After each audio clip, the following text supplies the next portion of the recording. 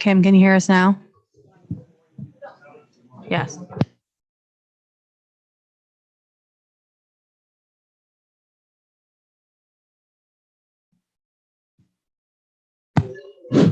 Good evening, everyone. We're going to open our workshop for the City of Troy Independent Redistricting Commission without any delay, because our folks have already waited 5 minutes. Let's stand for the Pledge of Allegiance.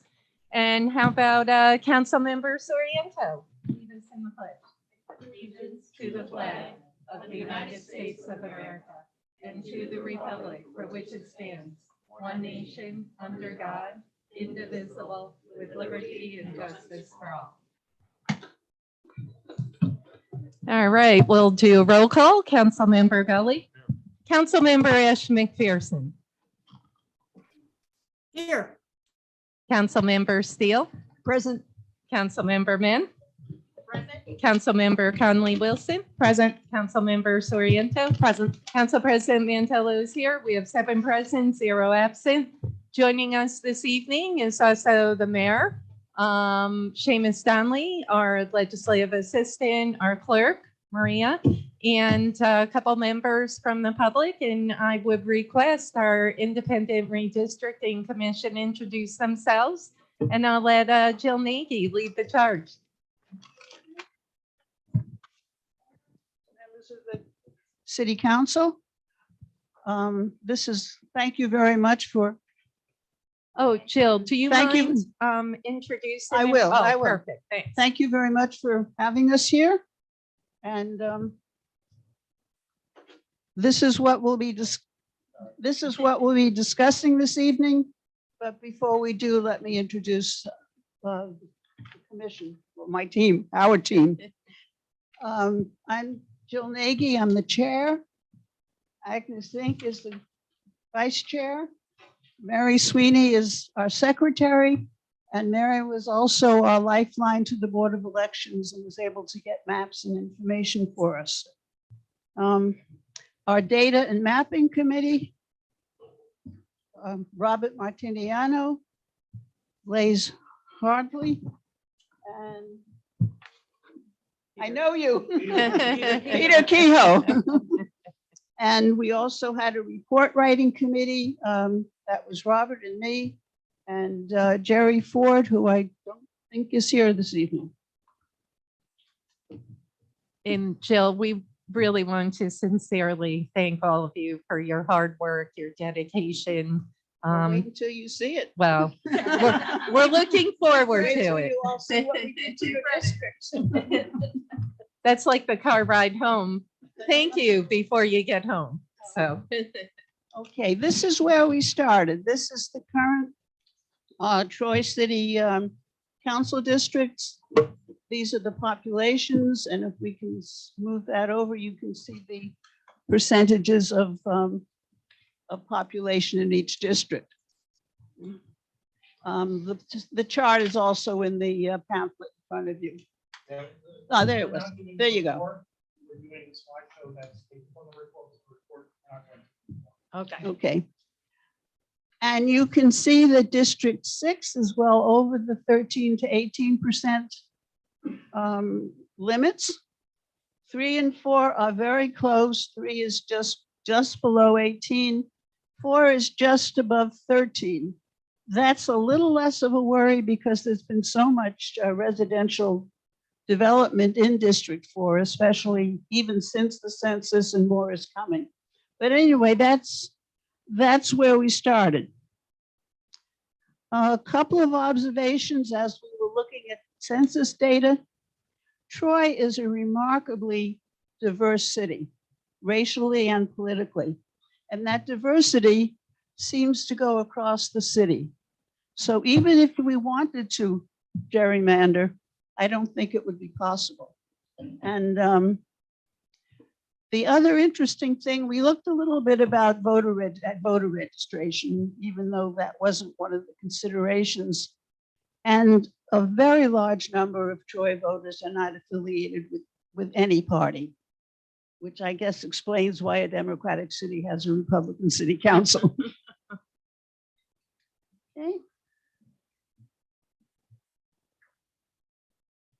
That's where we started, and I'm going to turn it over to Rob Martigliano to tell you where we are now.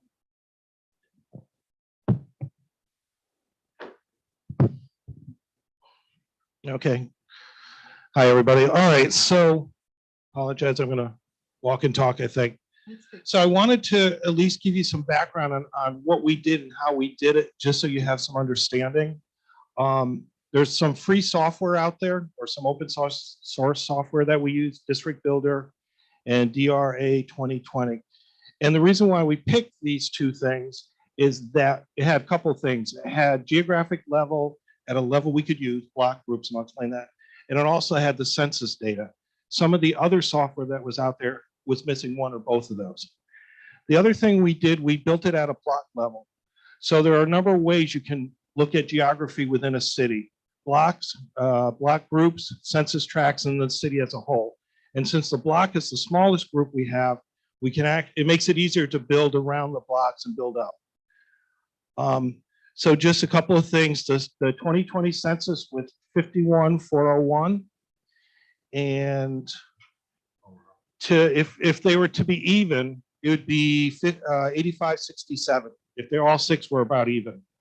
When we went through the process, we considered things like neighborhood characteristics, roads and green spaces, and you'll see that as we go through what we've done, how we've taken that, and also looked at the population distribution, because as you saw in this one, there's more than almost a 3,000 difference between 4 and 6. And if you think about that from representation, 40% more, your vote counts 40% more in District 4 than it would in District 6. Okay. So we're gonna start with just the counts. So, and then we'll go into what they actually look like. So again, we couldn't get them totally equal because that's just not possible with the blocks, and we'll talk about some of the blocks. But as you can see, they're fairly equally distributed now. So the lowest is still 4 at a little over 8,300, and then we've got a couple at 8,600 plus. So again, they're much more distributed, and assuming that you approve these, that I would think that in 10 years, when they have to be revisited, we're probably not going to have the problems you're seeing now. Okay, so what I want to do now is go through each of the districts and talk about what they look like. So this is our first one. It's proposed, and it's really not that different. And we'll show you them side by side. Essentially, District 1 right now starts at 111 and goes north. It does include the census tract to the far side, which was in 2, and we moved to 1, and we'll explain that in a second. So again, it really wasn't that different. And as you can see, here's the current on the left and the proposed on the right. So you can see, and it's equal, just the maps are a little off in terms of proportion. But as you can see, they're pretty similar. The big difference is that, I'm red-green colorblind, so the colors, I have no clue. What's that color? Okay, so yeah, so I would have called it blue, but that purple color actually is one census tract that goes from what was it, Stone Ledge down to the park. And even though it was one block, we ended up splitting that block in half along 111th Street. So there's some rationality to it. And we also know that most of the population is going to be around Stone Ledge anyways. So Okay. Robert, did you come all the way to Freer Park, or did you just stick with Stone Ledge? Just Stone Ledge. So Okay. if you notice, 111th basically goes from 111th, where it is now, all the way to the east side border. And again, it really wasn't that different than it is now, other than we took that part of District 2 and put it into District 1. Which makes sense. Okay. I always wondered, why Stone Ledge was in 2. Yeah. Yeah. Well, I think we can wonder, but well. They probably didn't exist. Yeah, They probably didn't exist. yeah, true.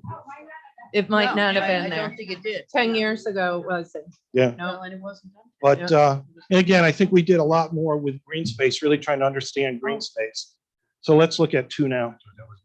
So again, 2, the big change in 2 was again, cutting cross at 111. You can see it a little better here, but also taking the part north of Freer Park and moving that out of 2 into 3.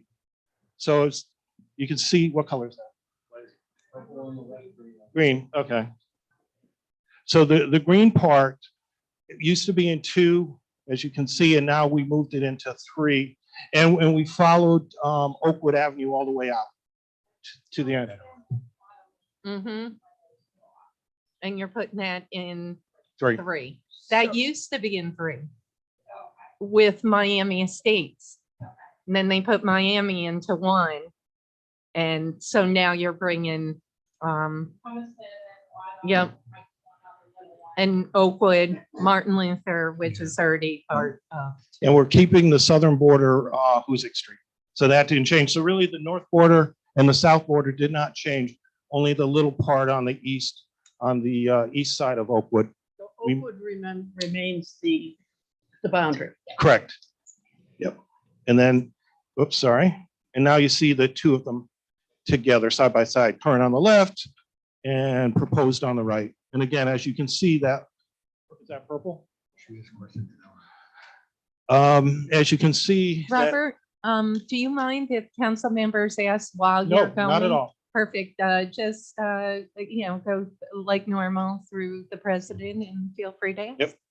Sure. Yep, council member Gully. Robert, thank you for your time tonight. I Mhm. just have a curious question because I'm figuring this out.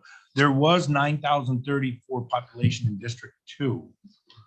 And you said Stone Ledge was It's 229 or thereabouts. 220. Okay, 'cause you said it was a big, all right, I'm just trying to figure out Yeah. the numbers.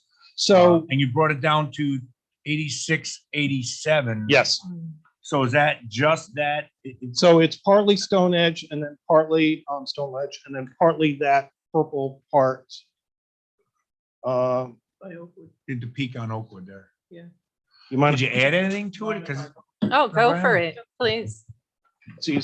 So it's basically this part we took out and then we split right here. So it's 229 and I can't remember the population, but whatever, you add those 2 together and it's going to be the difference. yeah. Okay. I just wonder if you added anything to it, or it was just the same all around. You just took away. It basically, Hoosick was the southern boundary, 111 is the northern boundary. And then we just made Oakwood all the way. Council member Conley Wilson. Oh, okay. One second, Kim. Council member Gully. Thanks. No, I'm good. Just want to know if you added and what you took away. And I just, when you said it was heavy in Stone Ledge, Yeah. I want to know what that Again, number so the was. census tract, I believe, is this thing, and you can see the boundary. Yeah. And all this is basically the park. Yeah. Yeah. So there's no population. So you can see that when we were looking at this, all the houses were right here. So splitting Yeah. it here basically keeps that population in District 1. All right, Okay. thank you. I appreciate that. Kim? Council member Ash McPherson. Hi, thank you. I'm sorry, I can't, and I apologize that I can't be there. I have a broken foot, but I can't see what Robert is pointing to and showing up on the board. So it's kind of hard for me looking at what he has on the screen here because I can't see him touching or moving things around there. So I'm going to just ask a question because I can't see what you're doing, and I apologize for that. Can you see? When I'm looking at the map here. Council member, Robert is trying to make sure that it is on the screen for folks, Can for you the see- public. It's on the screen, but when he's up there pointing to stuff, I can't see what he's pointing to when he's standing, when he's just up there. But if, just let me ask my question. So I'm looking here on the map, when you're saying you're moving from Oakwood Ave, is that both sides of Oakwood or just the right side? It would just be the west side, yeah. The west side. So Correct. the east side would still be in District 2. Other way. No. West side would be in District 2, east side would be in District 3. Oh, sorry, okay. So when I'm looking at the map in the blue here, I don't see where your streets are starting off. You're going from 111th down to where is it ending in? Hoosick. It's the same north and south boundaries right now. It's on Hoosick. So it's still gonna be 8th, 9th, 10th, Yes, and a section of Oakwood. yes. And what you're taking out is Stone Ledge. That's the only thing that District 2 is losing? We're taking out Stone Ledge. Can you see the mouse? And Autumn. Yep. And then, And so that Thomaston. part right there, and then this part right here, the east side of Oakwood. The east side of Oakwood is now going. Which is Autumn and Humiston. Yeah, it's not that much population. Yeah. Yeah, Auta and Humiston, which is, yep, I know where that is. Okay. And that's going into 3. Yep. Okay, thank you. You're welcome. Sure. Okay. We're good with 2. Want to go to 3? Okay. So Council District 3, a couple of things happened. One is, again, we talked about Oakwood already. So now Council District 3 goes up Oakwood all the way to the end, to the city border, and you're pulling up that section right there. We also followed Tibbetts all the way up until we got to St. Mary's Cemetery. And at that point, we didn't follow Oakwood, or I'm sorry, Tibbetts. We kept that part in 3 because all this is a cemetery, and that population basically would be cut off from, this is 5, would be cut off from 5 if we kept it in 5 and used Tibbetts. So instead of, we followed Tibbetts into, until we got to the, to that population, and then we used the cemetery as the boundary. So, and you're starting at Tibbetts and Burdette, or Tibbetts and 15th? And I think 15th. So, Yeah. okay, so then you're going to take part of 3, put into 4. Yes. Okay, 4 took a part of everything to kind of rationalize the population in 4. and that's, I think, the old 4, because it used to stop right at Burdette. Yeah, one of the things we thought about 4 was a lot of RPI was in 3 and a lot of Sages in 4. It's really the same population if we're thinking about neighborhood characteristics. So one of our thought processes was to try to rationalize that. And again, we're using green space in the St. Mary's Cemetery, which is here, to kind of as a boundary, and then the park as a boundary. So are you also St. Mary's coming down Route 2 for 3, or did you take that out? Just right here. I can't remember what street. Where's that the, It's, So St. Mary's is here. so you're gonna cut it at St. Mary's, take Brunswick Ave, put it in 5, maybe? Yeah, I think. Yes. You mean the southern part of this? Yes. Actually, I think The- we'll get to 5, but I think the southern part is still in 5. Okay, all right, so St. Mary's is coming down. You're still coming down Route 2 for 3? So yeah, so this is, I think, 15 to Tibbetts, then we hit that's the Euclid. and- cemetery right Mhm. there. Yep. Euclid and all And then that. we've got Sage Avenue here, and Here we go. I think that's 10th. So it goes 10th to Sage, 15th to Tibbetts. Yeah, I know So- where it so- is, but I'm curious. Council President? Yep, Councilmember Steele. So just, I'm trying to picture this. Where is Boughton? Boughton is still, yeah, Boughton comes off of Tibbetts over to 15. So Here. that will stay in, So that stays in, 15th, and there's Tibbetts, so it's someplace in here. yeah, so that stays in. Yeah.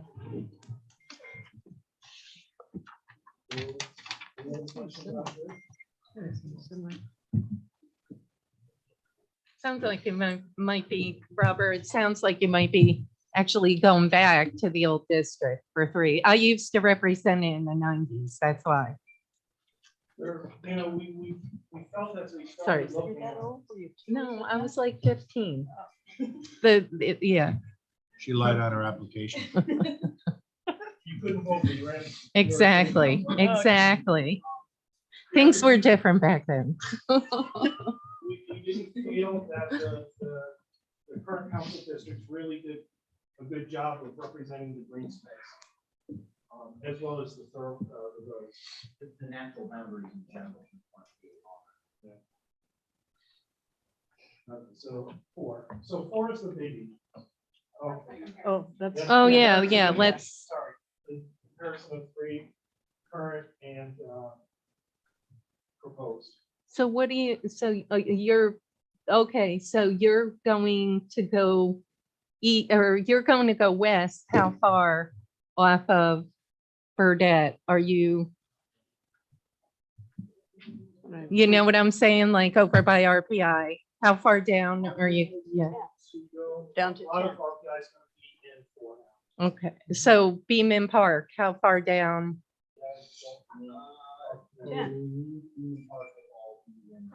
Three. That's this little chunk of. Yeah, that's what I thought. Yeah, that's all three. Okay. So the western border is, Oh, Councilmember Steele. so the western border is 10? Yes, so it Mhm. goes 10th right here, so it goes Oakwood to 10th to Sage to 15, and then Tibbetts out to the cemetery. That's the old It's not a district. whole lot, it's not terribly different. I think The only chunk is from Bowden to Tibbetts. right there. Mhm. And that, And what, yeah. that's over the four, that's kind of where I'm going. That's true, yeah. But I guess the western and the southern borders aren't terribly.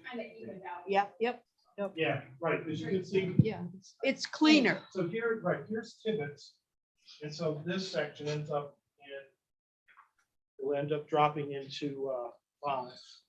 But again, I think we didn't lose that much population in terms of three. In terms of three, I think it pretty much stayed the same. We just added some and subtracted some. The big difference is 4, where we took a number of pieces we took from 3, 4, or 3, 5, and 6 to expand.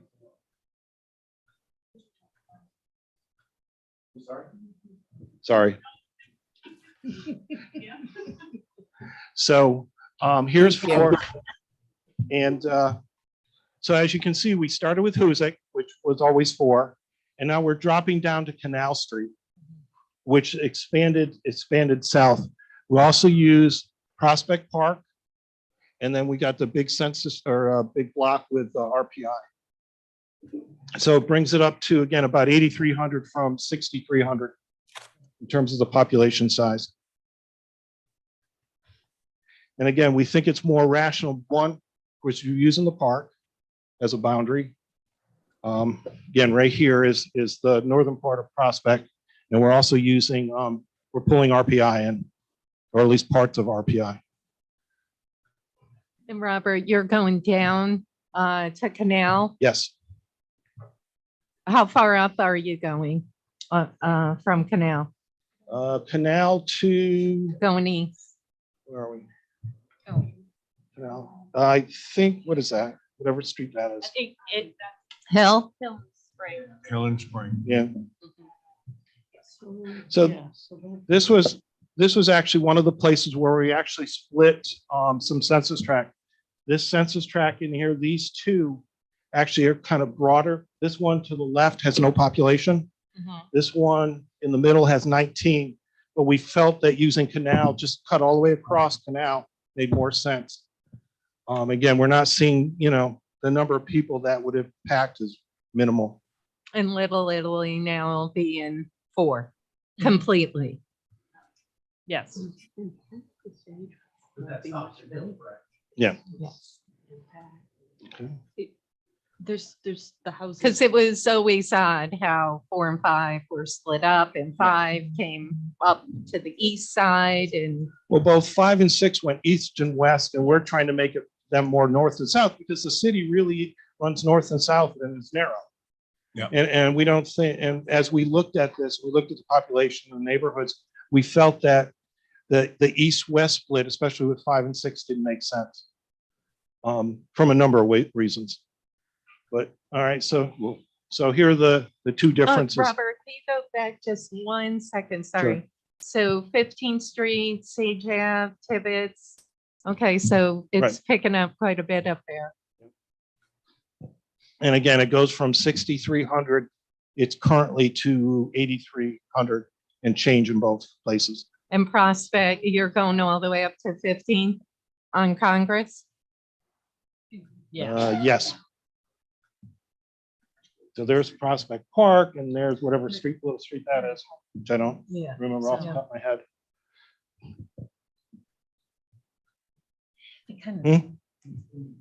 Yeah, well, Yeah. I love maps, so they can never be too big. okay.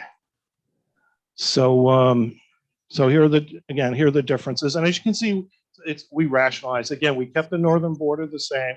We kept a lot of the western border, eastern border the same at 10th. We did carve a little here and moved it into 3 and 5, and we dropped it south to Canal. And as you can see, this little indentation is Prospect right there. Sorry, Kim. I'm pointing and I know you can't see. Thank you. But so that, whatever color that is Prospect Park. And we've moved that now into, yeah, mapping's fun when you can't see colors. How do you pick out your ties? Truthfully, everything is blue, black, gray, or brown. And so shirts, suits, ties are all, and socks are all Okay. like Gur Animals for adults. Yeah, okay. So any questions on 4? No. Okay. So this is where 5 and 6 were the weird ones, because again, they were running, 5 was running from the river to the eastern border, and as was 6, and we tried to rationalize that more. So again, you're seeing Tibbetts along the northern border and then St. Mary's Park. And what you're seeing down here is Campbell and Spring. That's actually an older map. This part's actually also in 6. I fixed the other one. I didn't fix that one.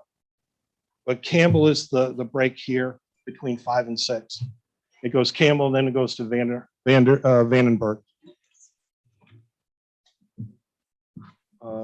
So, Yes. so Robert, so I was confused. I thought 3. Did you just take the west side so of here's 3. Tibbetts for 3?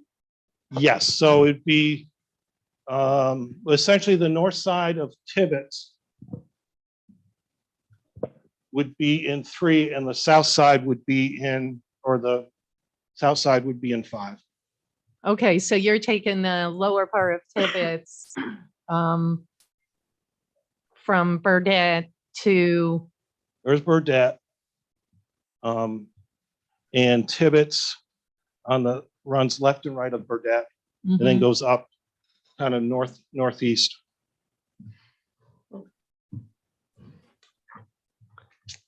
So again, that's odd, that this 5 would go over there. I see that really being part of 3. How'd you get 5 over there? It's not now. No, It's. well, the lower part, well, let's look at the it's 4. let's I look at meant the to current map. Burdette. You stop at Burdette, right? Only on one side. Yeah. Yeah, so here's the current. Well, there's Burdette, and I assume. Chair. Yep, Councilmember Ash McPherson. Robert, Yes. thank you for being nice to me and pointing out to me. So where your mouse is right now, what I can see, that's the new map? That's the current map. Current on the All right, left, and- proposed on the right. Okay, okay. You got them signed. Robert, you'll be able to guess the PowerPoint, right? Yeah, I realized I got to fix 2 of the maps, but I will do that and send the PowerPoint. And we're going to actually fix the, we noticed the presentation also was off a little. We'll fix that and send them both. Okay, Chair, I have another question. Councilmember. Robert, is there a way you can do it, an overlay, like where you have the previous map and then the new map goes over the top of it? I don't believe so. Okay, Not with the software that was out there. Okay. We could do it if we bought like ArcGIS or something like that. But Okay, This freebie stuff had limitations. okay. Just curious, thank you. So again, so right now, instead of going to the river, that 5 does, it ends, whatever the street that is. What street is that? Well, the one through the middle of the Prospect, I'm not sure. Yeah, so it ends at Prospect Park, drops down Spring and then over Campbell. So it's more of a. Councilmember Steele. So instead of going sort of east-west, we have much more of a. North-south. North-south right. district. And a real problem going north-south with both 5 and 6 is this, Kim, you'll see the map. Right where the word South Troy is, that is Yeah. actually one big block that includes a lot of green space. And so you couldn't divide that in half because we had no idea where people were. And I think that includes, I forgot, the ironworks, maybe, and a couple other things like that. So it's just difficult between 5 and 6 to make the break totally north and south. Because this census tract that here goes from, literally goes from here to about there, goes about 2/3 east to west of the bottom part of 5. Okay, any other questions on 5? Mayor. Provide us the boundary. Yes. We never thought where that could overlay. Okay. Okay. Oh, that'd be awesome. Yeah.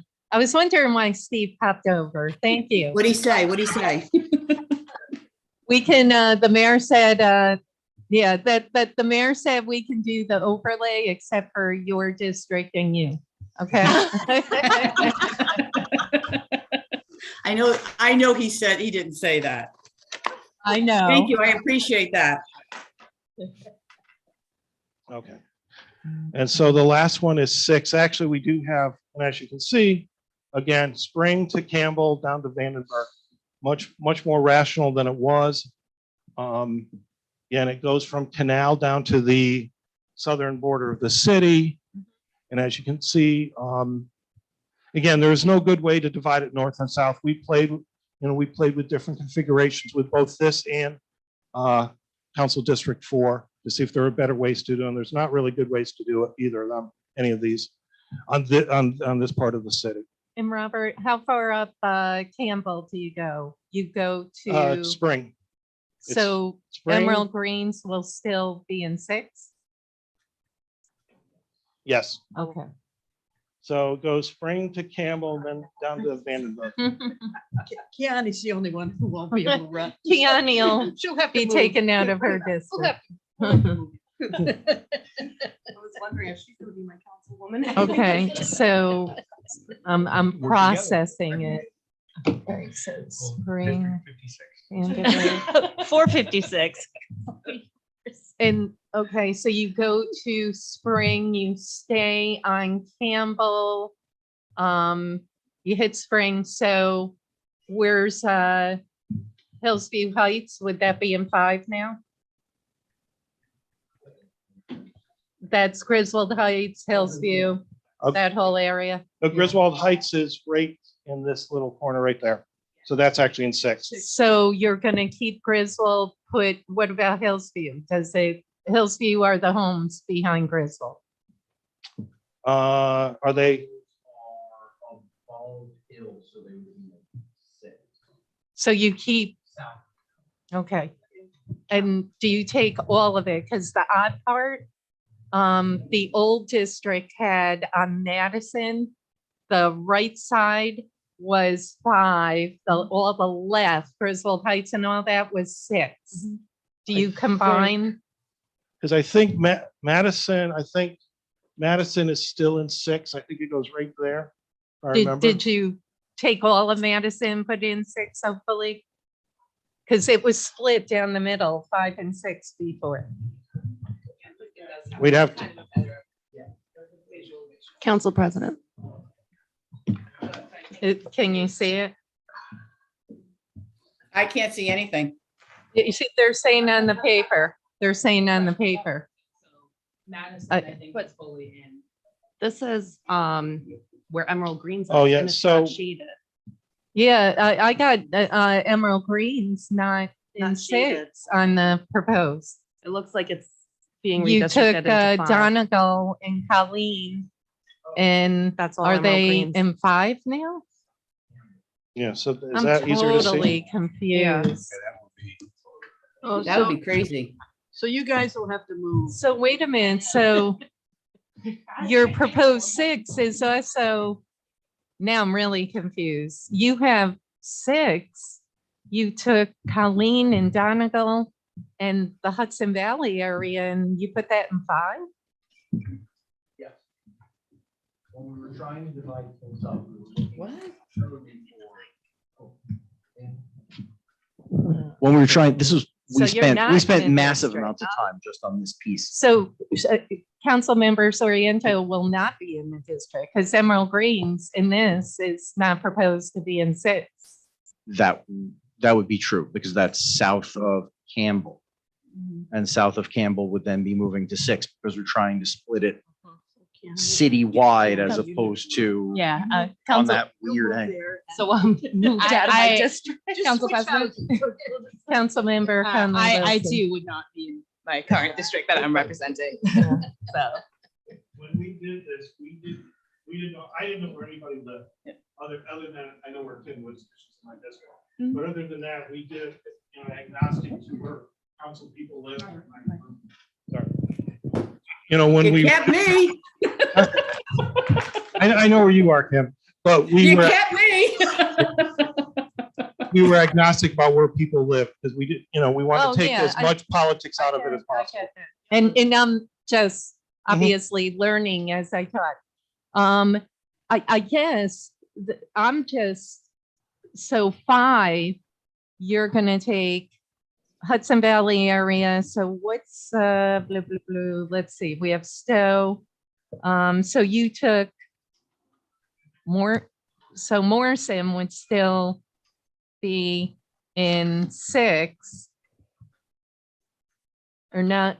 I'm so confused. me So too. Vandenberg, I know where they I know are. you do, I'm but I'm not, I'm not. We're just trying to. So process this. Vandenberg, so what you're going to do is take Vandenberg, Morrison, So that here- area, So Emerald here's Greens. Vandenberg up to Campbell. Splits 5 and 6. Chair. Council President. member Gully. I'm just looking at the map. I'm just thinking, was it?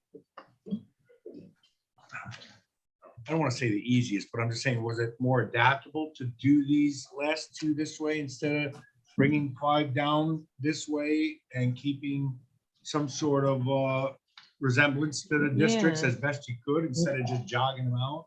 We felt that the current districts didn't represent neighborhoods, especially 5 going from the river up to the east side of the Troy boundary. Well,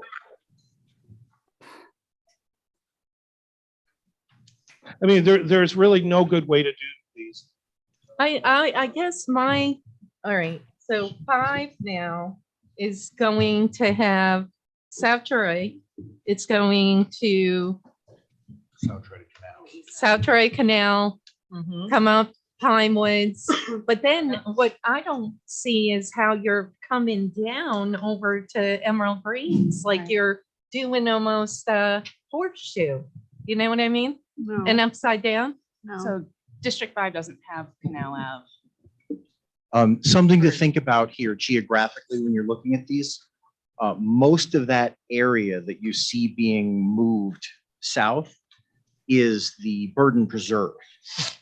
Right. And one of the things we tried to do was run along unoccupied areas Right. because they were really, it's almost impossible to find a good solution. So we were just trying to find the solution that would move the least number of people on either side of a street. Because neighbors who are across the street from each other that are in different It's districts, it silly. doesn't work I out. agree. So there was no great one, but we came up Spring and down Campbell primarily because if you look at the demographic makeup and the neighborhood identity, people in Emerald Greens think of themselves as being East Side neighborhood. And the District 5 basically is the East Side neighborhood, except for it had the weird tail that went down to the river. And then South Troy came up and ate about 20% of its citizens up on the one side there. So this not only honored the green area along Campbell, but it also sucked that piece of the neighborhood back into the neighborhood. Where do you in 5 then, where do you pick up South Troy in 5? What street? So here's 5 again. There's Pine Woods over there. Yeah. So it's everything east of Spring and basically south of Campbell. East of Spring, south of Campbell. Okay, so you don't have any of So- South Troy, because here it looked like, Yeah, those maps aren't very good when they're not in color. okay. But yeah. So So is, Chair? So member Ashley McPherson. So Robert, I'm always asking you because you're the only one I can see. Can you tell me, District 5, South Troy, District 5 is starting where? Down on 3rd, Jefferson? no, that's just, That's 4 now. that's, right, that's 6 and 4. So District 5 starts with Prospect Park, which is where the mouse is right now, then goes out Tibbetts to St. Mary's, going to the right, and then to the left, it goes down Spring to Campbell, then to over to Vanderheiden. That's District 5. Yes, So that's going to be the Vanderheiden Estates and a section of Pine Woods and all that area in there? yes, Pine Woods would be in 5. So Maplewood, all that is in 5. Maple Ave. Yep. Mhm. So, wow. That used to be considered, I mean, I grew up in that area and that was considered east side up, but from Campbell's Ave down was always South Troy. Right. Yeah. Right. So that's what you're doing now. So because you would have Griswold Heights. So now Griswold Heights and Emerald Greens and we call it the Italian Village. Is that going to be 5 and 6 split there? Well, Campbell. Sheridan Avenue, Sherman Avenue, Grant. That's all Griswold. those will all be in It's 5. 5, They're all going to be in 5. where it was split, if you recall, before Kim. Okay. Yep. Okay. I'm Councilmember- just trying to visualize it. No. So I'm just a little confused because you say that Spring Ave comes up and that's a boundary of 5. Correct. And you say it picks up on Campbell Ave and goes down Campbell. Right. Isn't Griswold Heights on the left-hand side of that? Yeah, Griswold Heights. is So right. it's in, that would be 6 and not 5. Yeah, that's in 6. Correct. Sorry. So Oh yeah, I just thought you said it was in 5 and Yeah. it confused. I think Yeah. we got a little confused. So I just wanted yeah, to get- Griswold Heights is right here in 6, right, kind of where that And, the little juts out. and then the homes would also be in 6 also then, right? By that, because everything is left, Yes. everything is west of Spring. So the homes and Griswold Heights will all be in 6. Hillsview. It's called. Hillsview. Yep. The homes. Okay, I just got a little confused when you Yeah. started throwing No, numbers it's- up. Thank you.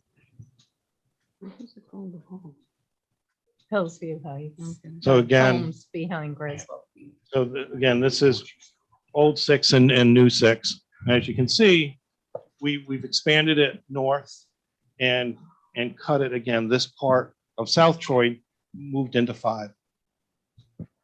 So again, between 5 and 6, it's Spring to Campbell to Vanderheiden.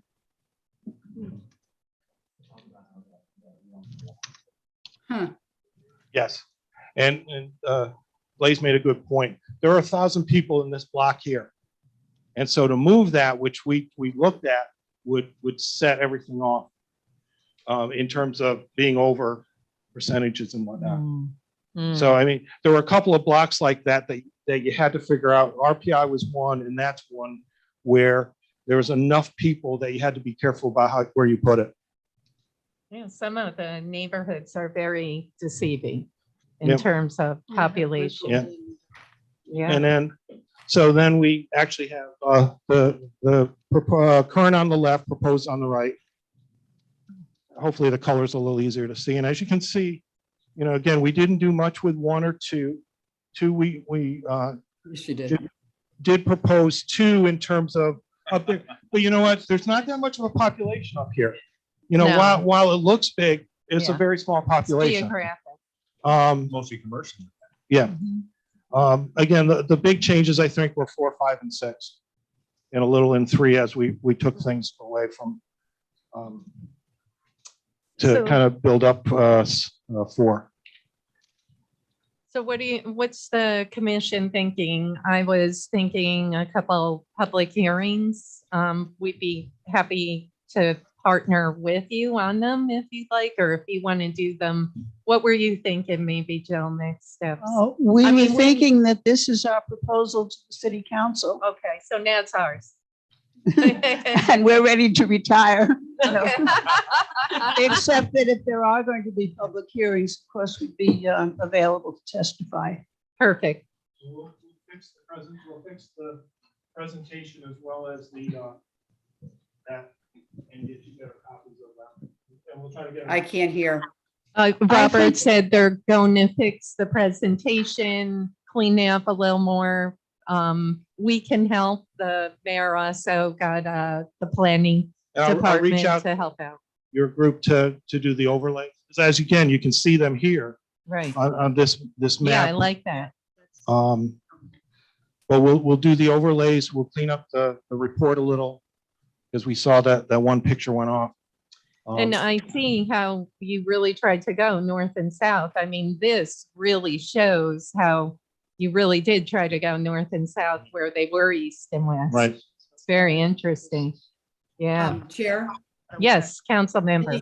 In the overlay, if they could have like in the new one that have, some of the old ones, they have some areas, but they don't have a lot of the streets. Like you started off with some of the blockage in District 1, where you could see 125 or 126 down to 111. And then you just see a few Avs in 2, and then just see a couple of names in the other ones. So maybe if we have a better, The streetwise, overlay will, the overlay will be more specific.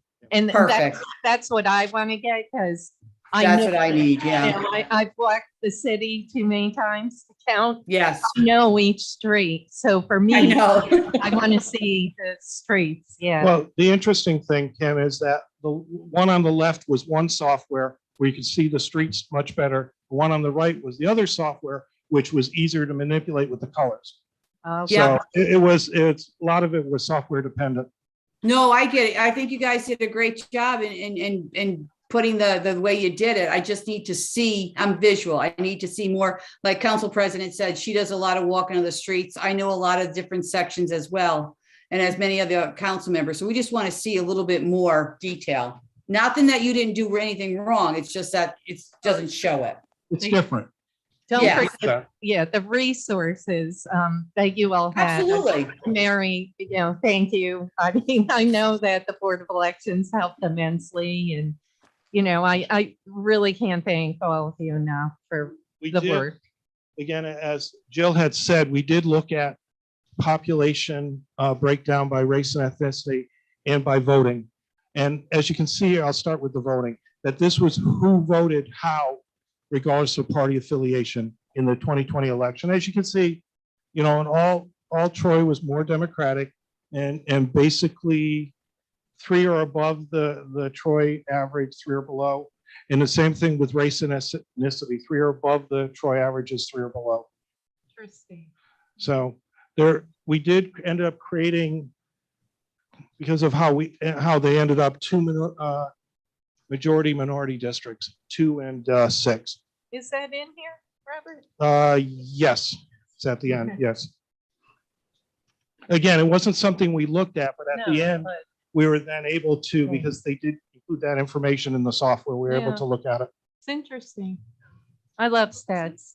I Council love them. President, Councilmember Conley Wilson. do you have this information available about the current districts? Like the breakdown of the population? and Yes, all I do, that? someplace. Okay. Would you Yeah. be able to send that over to us? Yes. Yeah.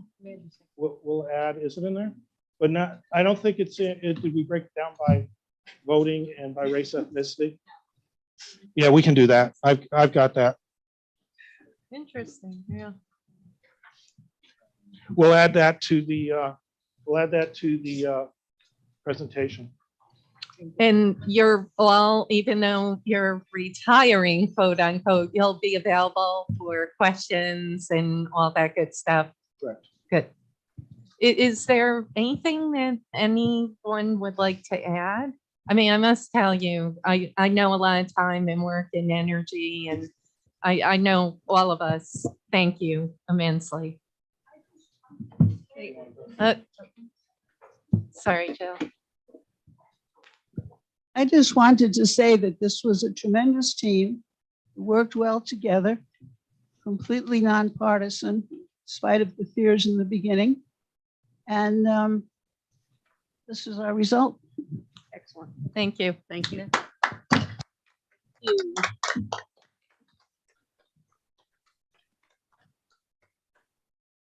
All right. Well, thank you very much. Sure. Seamus, hold on one sec, Will.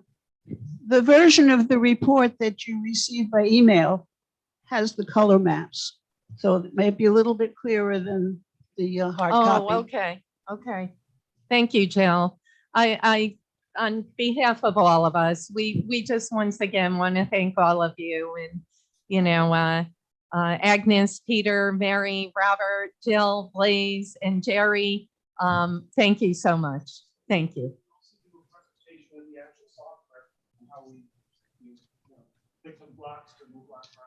Okay.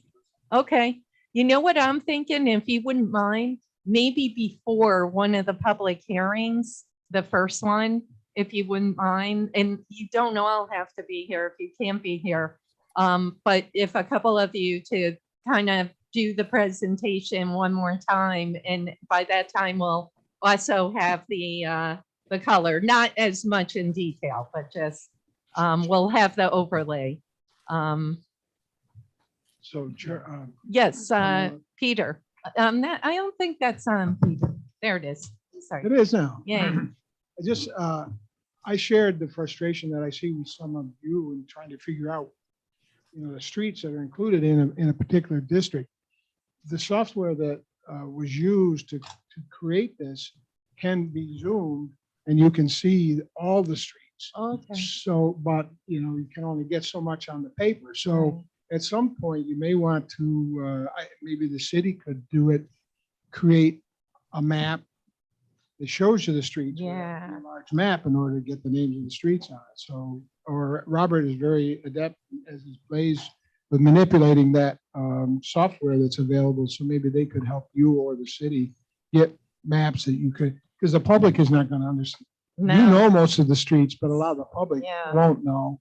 And if, Yeah. unless they have a district that shows the boundaries by street, it's going to be meaningless to them. Exactly. No, that's a great idea, Patrick. You know, if they, you know, maybe a map or like a detailed map somehow that we would be able to, you know, really show where the districts are outlined. That would help. Yeah. Great. Awesome. Thank you very much. Thank you so much again. Thank you all. Thank you. And Thank Jill, you. Jill, I'll contact you just regarding the public hearings and yes. Perfect. Thank you so much. Thank you all. Thanks. Thank you. Thank you for your service. You're now free.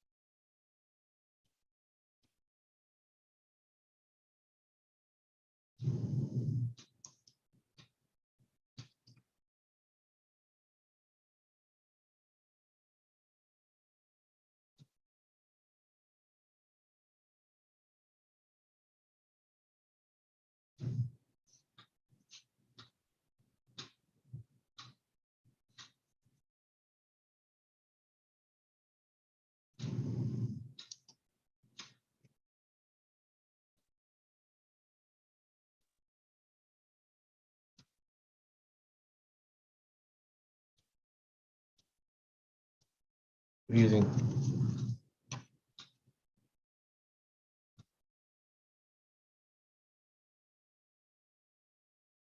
Yes. Still working on your thing here, finishing up. What? Have I talked? No. That's Andy telling me the same. I'm just making sure you know you're not muted. I thought I was. I said you weren't. I'm like, Hello? Okay. I didn't say anything.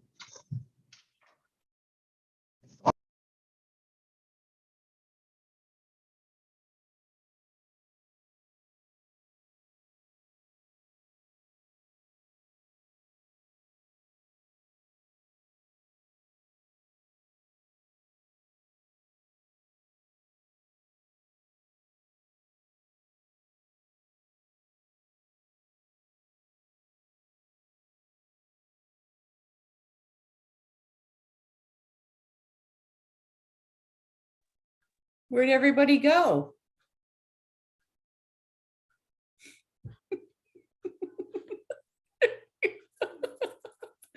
Kiani, where did everybody go?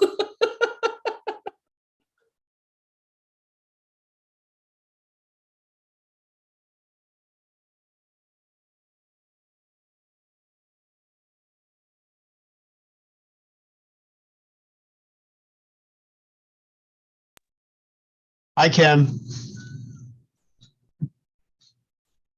You're mute. Who's saying hi? Rick Morrissey. Hi, Rick, how are you? We're asking for everybody, so I thought I would just respond. hello as well, Kim.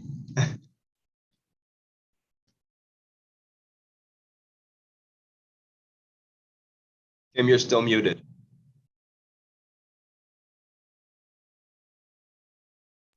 I'm still muted. I'm gonna get my crutches and come down. This is no fun.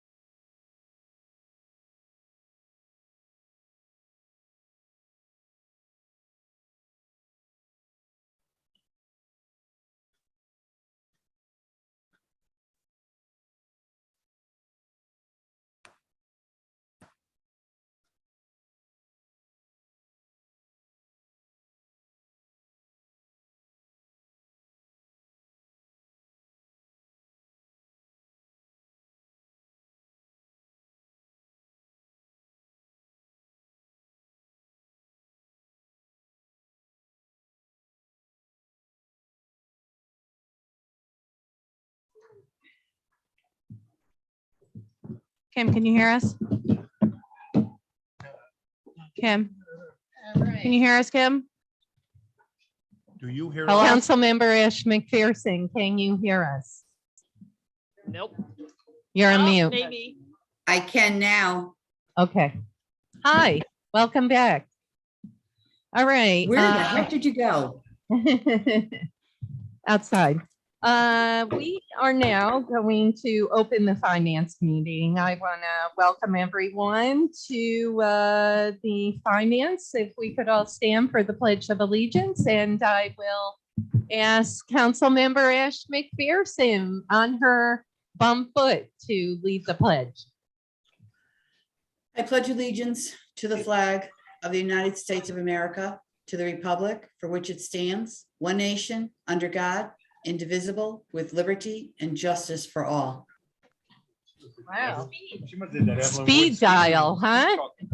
Too much caffeine. That was fast. Roll call. Councilmember Gully. Councilmember Ash McPherson. I'm still here. Councilmember Steele. Still present. Councilmember Men. Still here.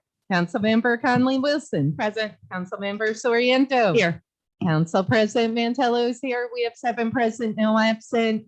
I want to acknowledge a couple of folks that are here. Andy Petrosky, our comptroller, Carolyn Skripchak, oversees community development and homes and federal monies and lots of things. I think the mayor will be forthcoming, and Rick Morrissey, our corporation counsel. They're council president. Yes. They're on Zoom. Deputy Mayor and Rick is. Is there a way we can see them? Absolutely. Thank you. All right. And Aaron Vera. Thank you, Aaron. Thank you, Councilmember Steele, our city engineer. Thanks for joining, Aaron. Where's Steve? Thank you, Steve. How are you? I was looking for you. Steve Strikeman, our planning commissioner. Where's Rick in the mayor? He is. Here's Rick. He's here. Okay, He's on Zoom too. we can't see them now. Split personality. Oh, there he is. Hi, Rick. How are you? Okay, Rick Morrissey, our corporation counsel. I would ask that this be put at the desk, if you don't mind, and at the front desk. You should have a copy. Okay, all right. Well, now presentation of the agenda. We have a number of items. We have a few ordinances. Just after the public forum for Carolyn's sake, so she can head home to her family, I am going to bump up ordinance 18 and resolution 50. So now I will open up the public forum, and I would request that you state your name and address or your affiliation. Thank you, and come on up.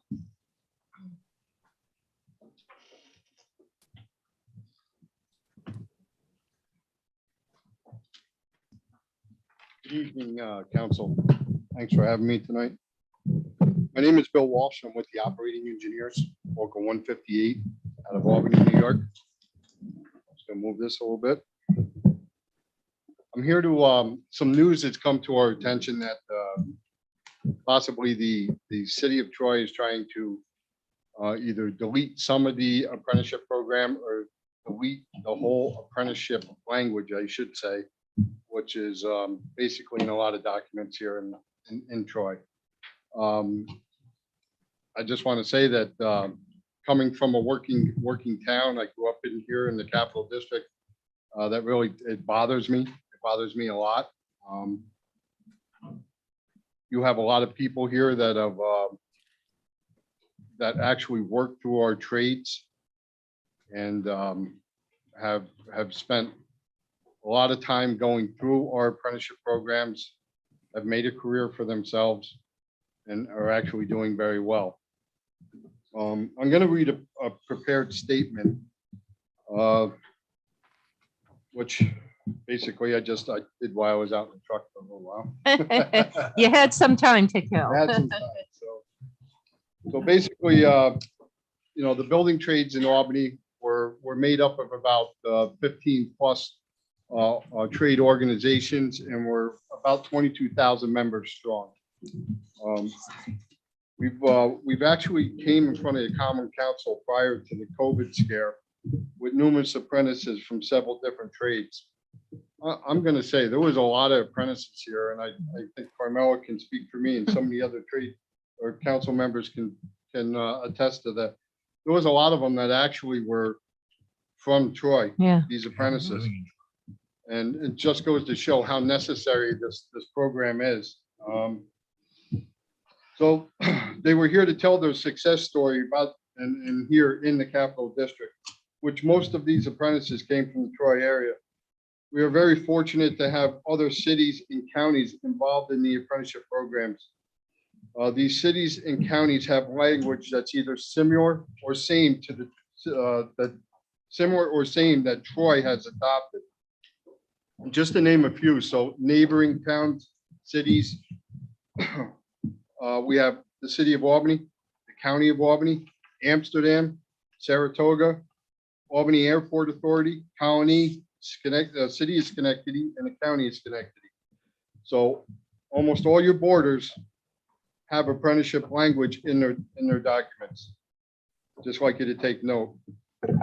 I'd like to take a second to actually talk about the Operating Engineers Apprenticeship Program, which consists of training.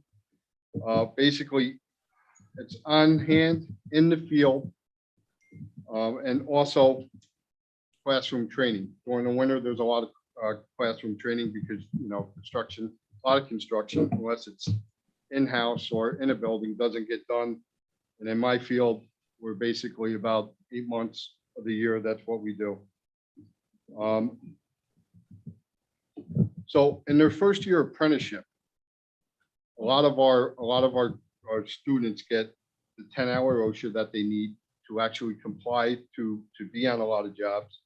But they also have mandatory training beyond that, which is a 40-hour hazmat, which is basically a recognition of or being able to recognize if there's a danger actually on the job as they're digging or excavating, at least in that one aspect of our field.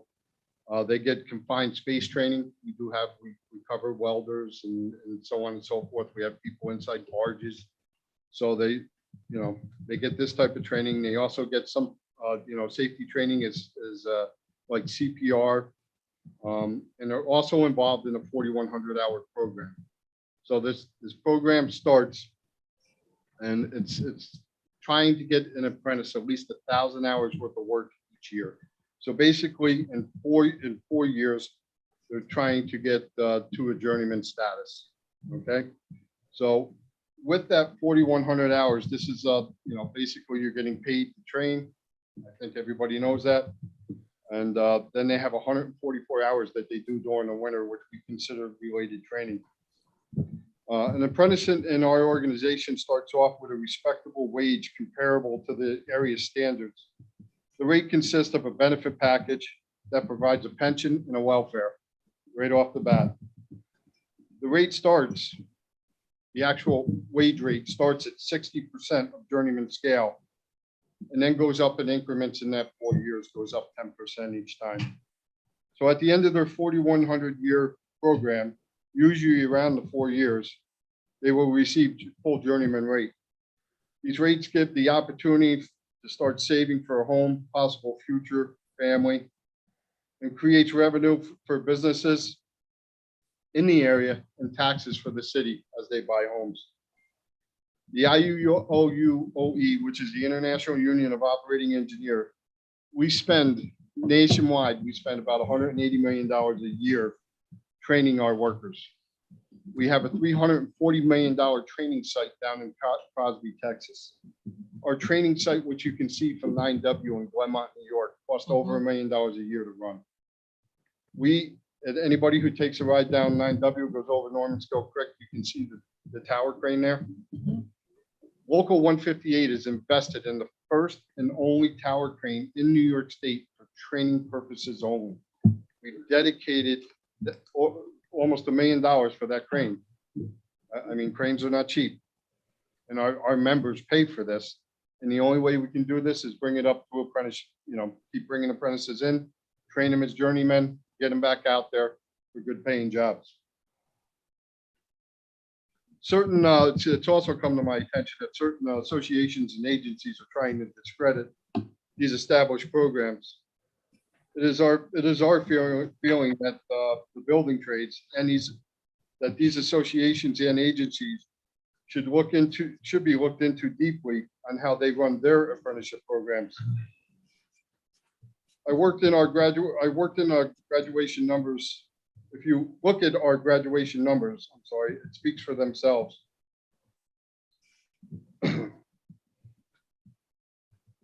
Anyone on the council who would basically like to meet with me after my lecture or at another time, please get a hold of me. I know there's a couple of you that have my name and number, so you can speak among yourselves.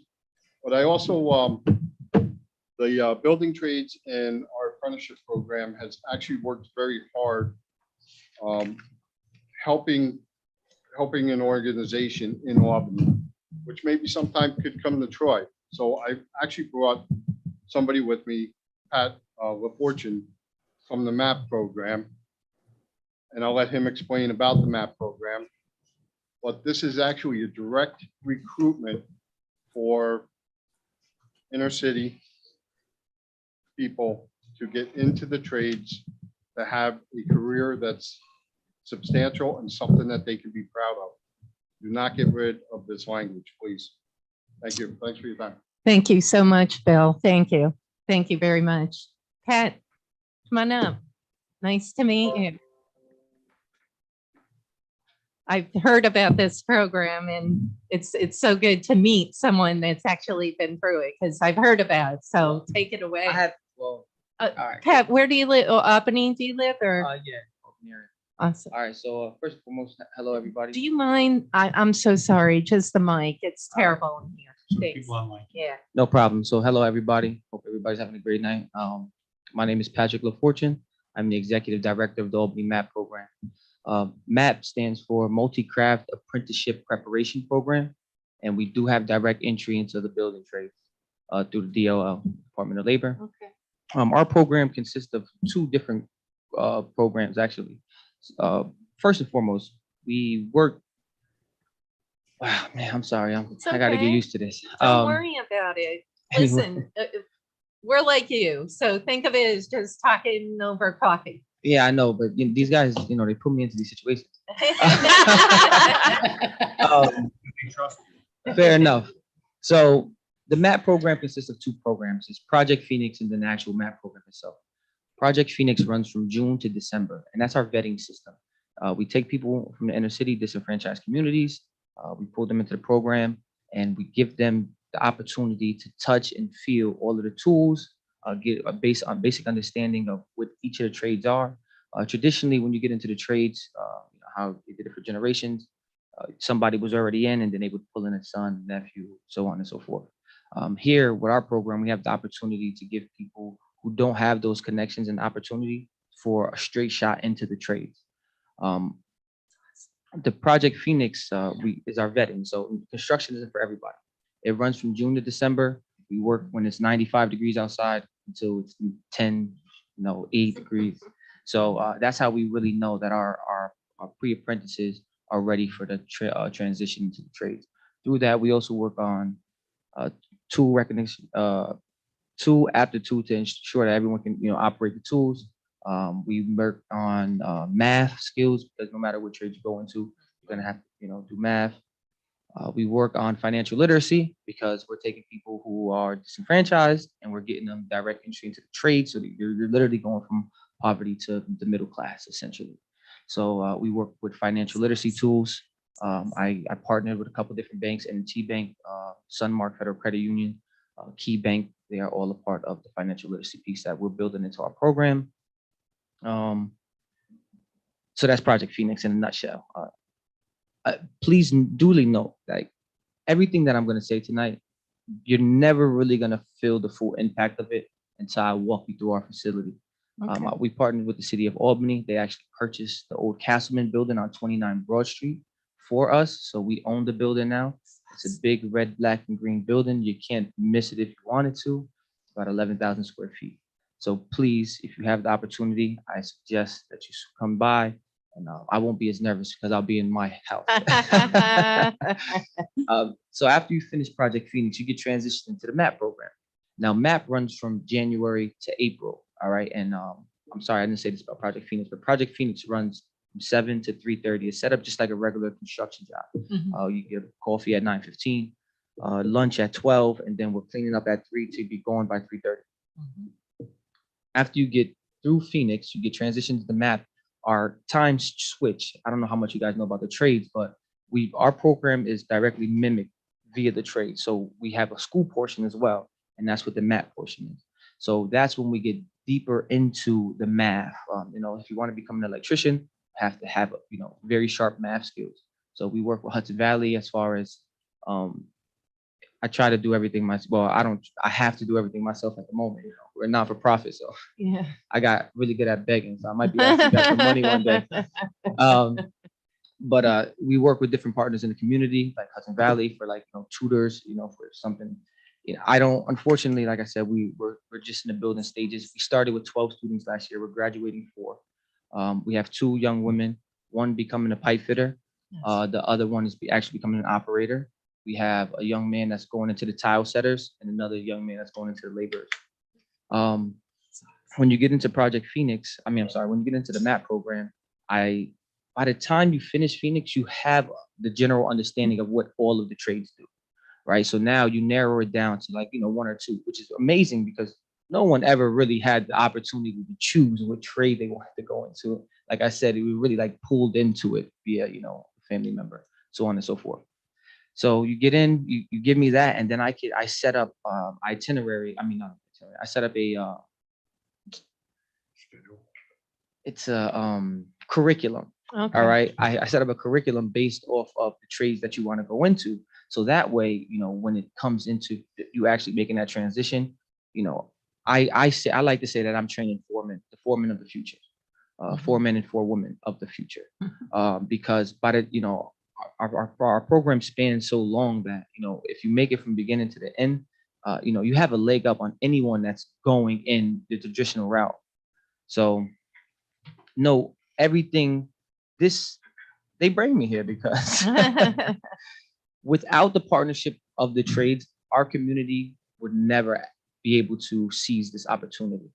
The trades have the wheel as far as the apprenticeship program. Yeah. So our pre-apprenticeship program and what it's doing for our community as far as giving the people the access to those apprenticeships is life-changing for our communities. And it's only going to continue to keep economic power in our communities because, if we're not building our cities, then, that means somebody else is coming in, taking our money, they're running back to their homes with it.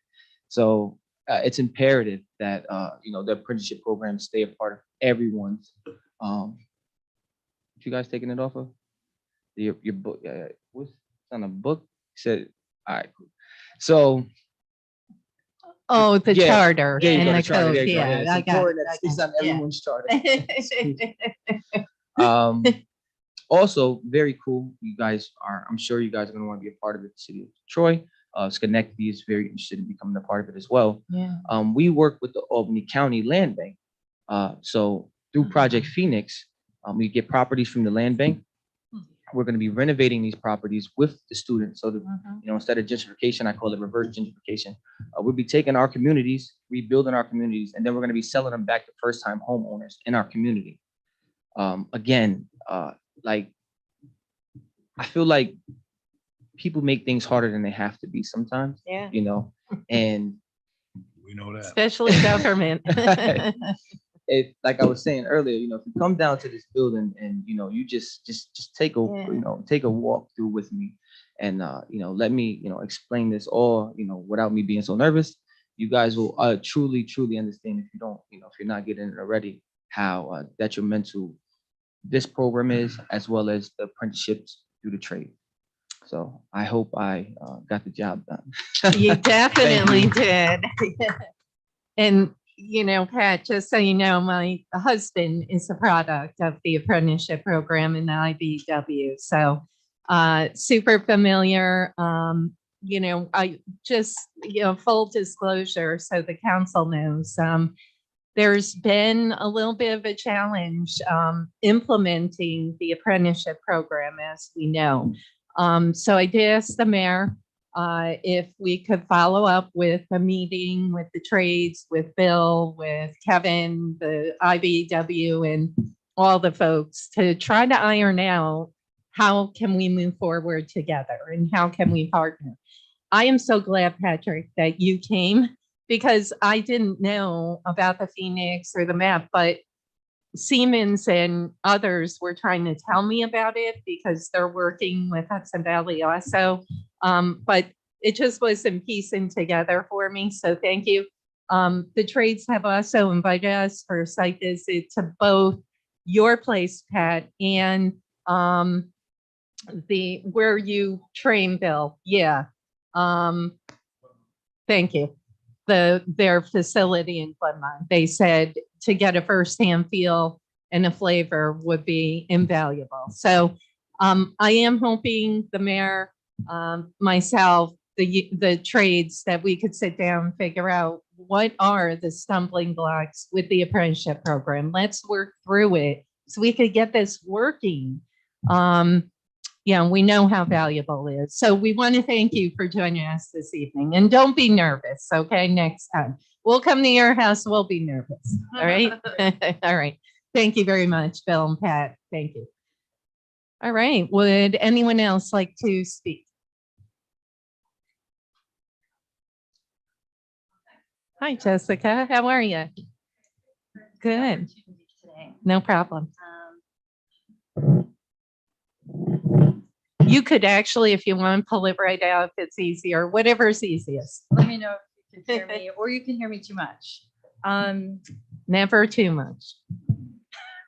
Good evening. If you could, yeah, All a right. little closer. I'm so sorry. It's, No, yeah. I'm an awkward human being, Camilla. No, you're not. Thank you. Thank you for the opportunity to speak this evening. Kim is still having a hard time, so yeah.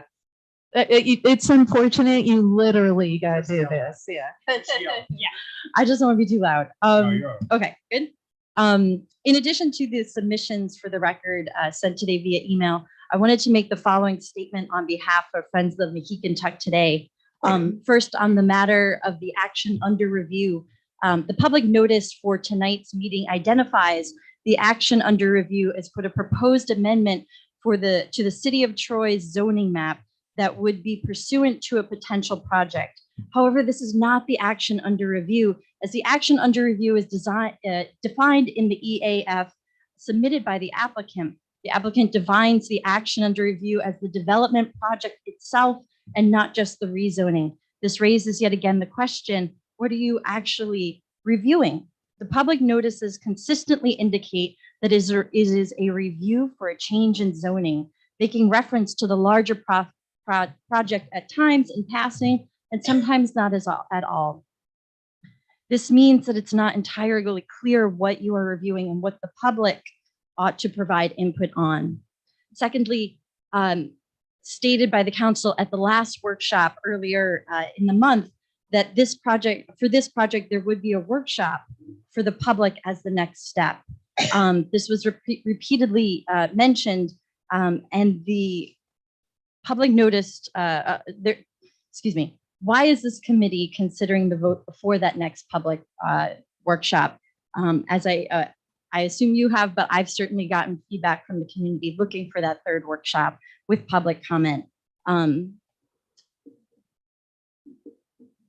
The analysis supporting the proposed negative declaration, we find deeply flawed. It ignores substantive parts of the record to this project, including recent questions raised by the county. It does routinely not use the current state of the site as a frame of reference for the seeker decision, which is a forest. It ignores significant evidence on the negative impacts on the community, the environment, and the archaeology, and uses as justification for mitigation vague, quote, future mitigation measures for which there no plans currently exist. In contrast, there are countless potentially significant negative impacts submitted to the record. This is important because all you need is just one potential significant negative impact to issue a determination of significance. What you're doing now, after all of these studies that you're asking for and figuring out the scope of those studies, that comes after the determination of significance. Once you have that one negative potential environmental impact that can be justified, and you have the record for that, of which we have submitted to the record, as you know, far more than just one reason, a positive declaration must be issued. Then you go into the scoping where you can do more studies and figure out what additional studies are needed with the public. What this means is clear. You have the impacts, they're very clear, and you have to issue a positive declaration under seeker. Thank you. Thank you very much, Jessica. Jessica Bennett, and hold on right here, address 1009 Second Ave. Awesome. Would anyone else like to speak? Thank you.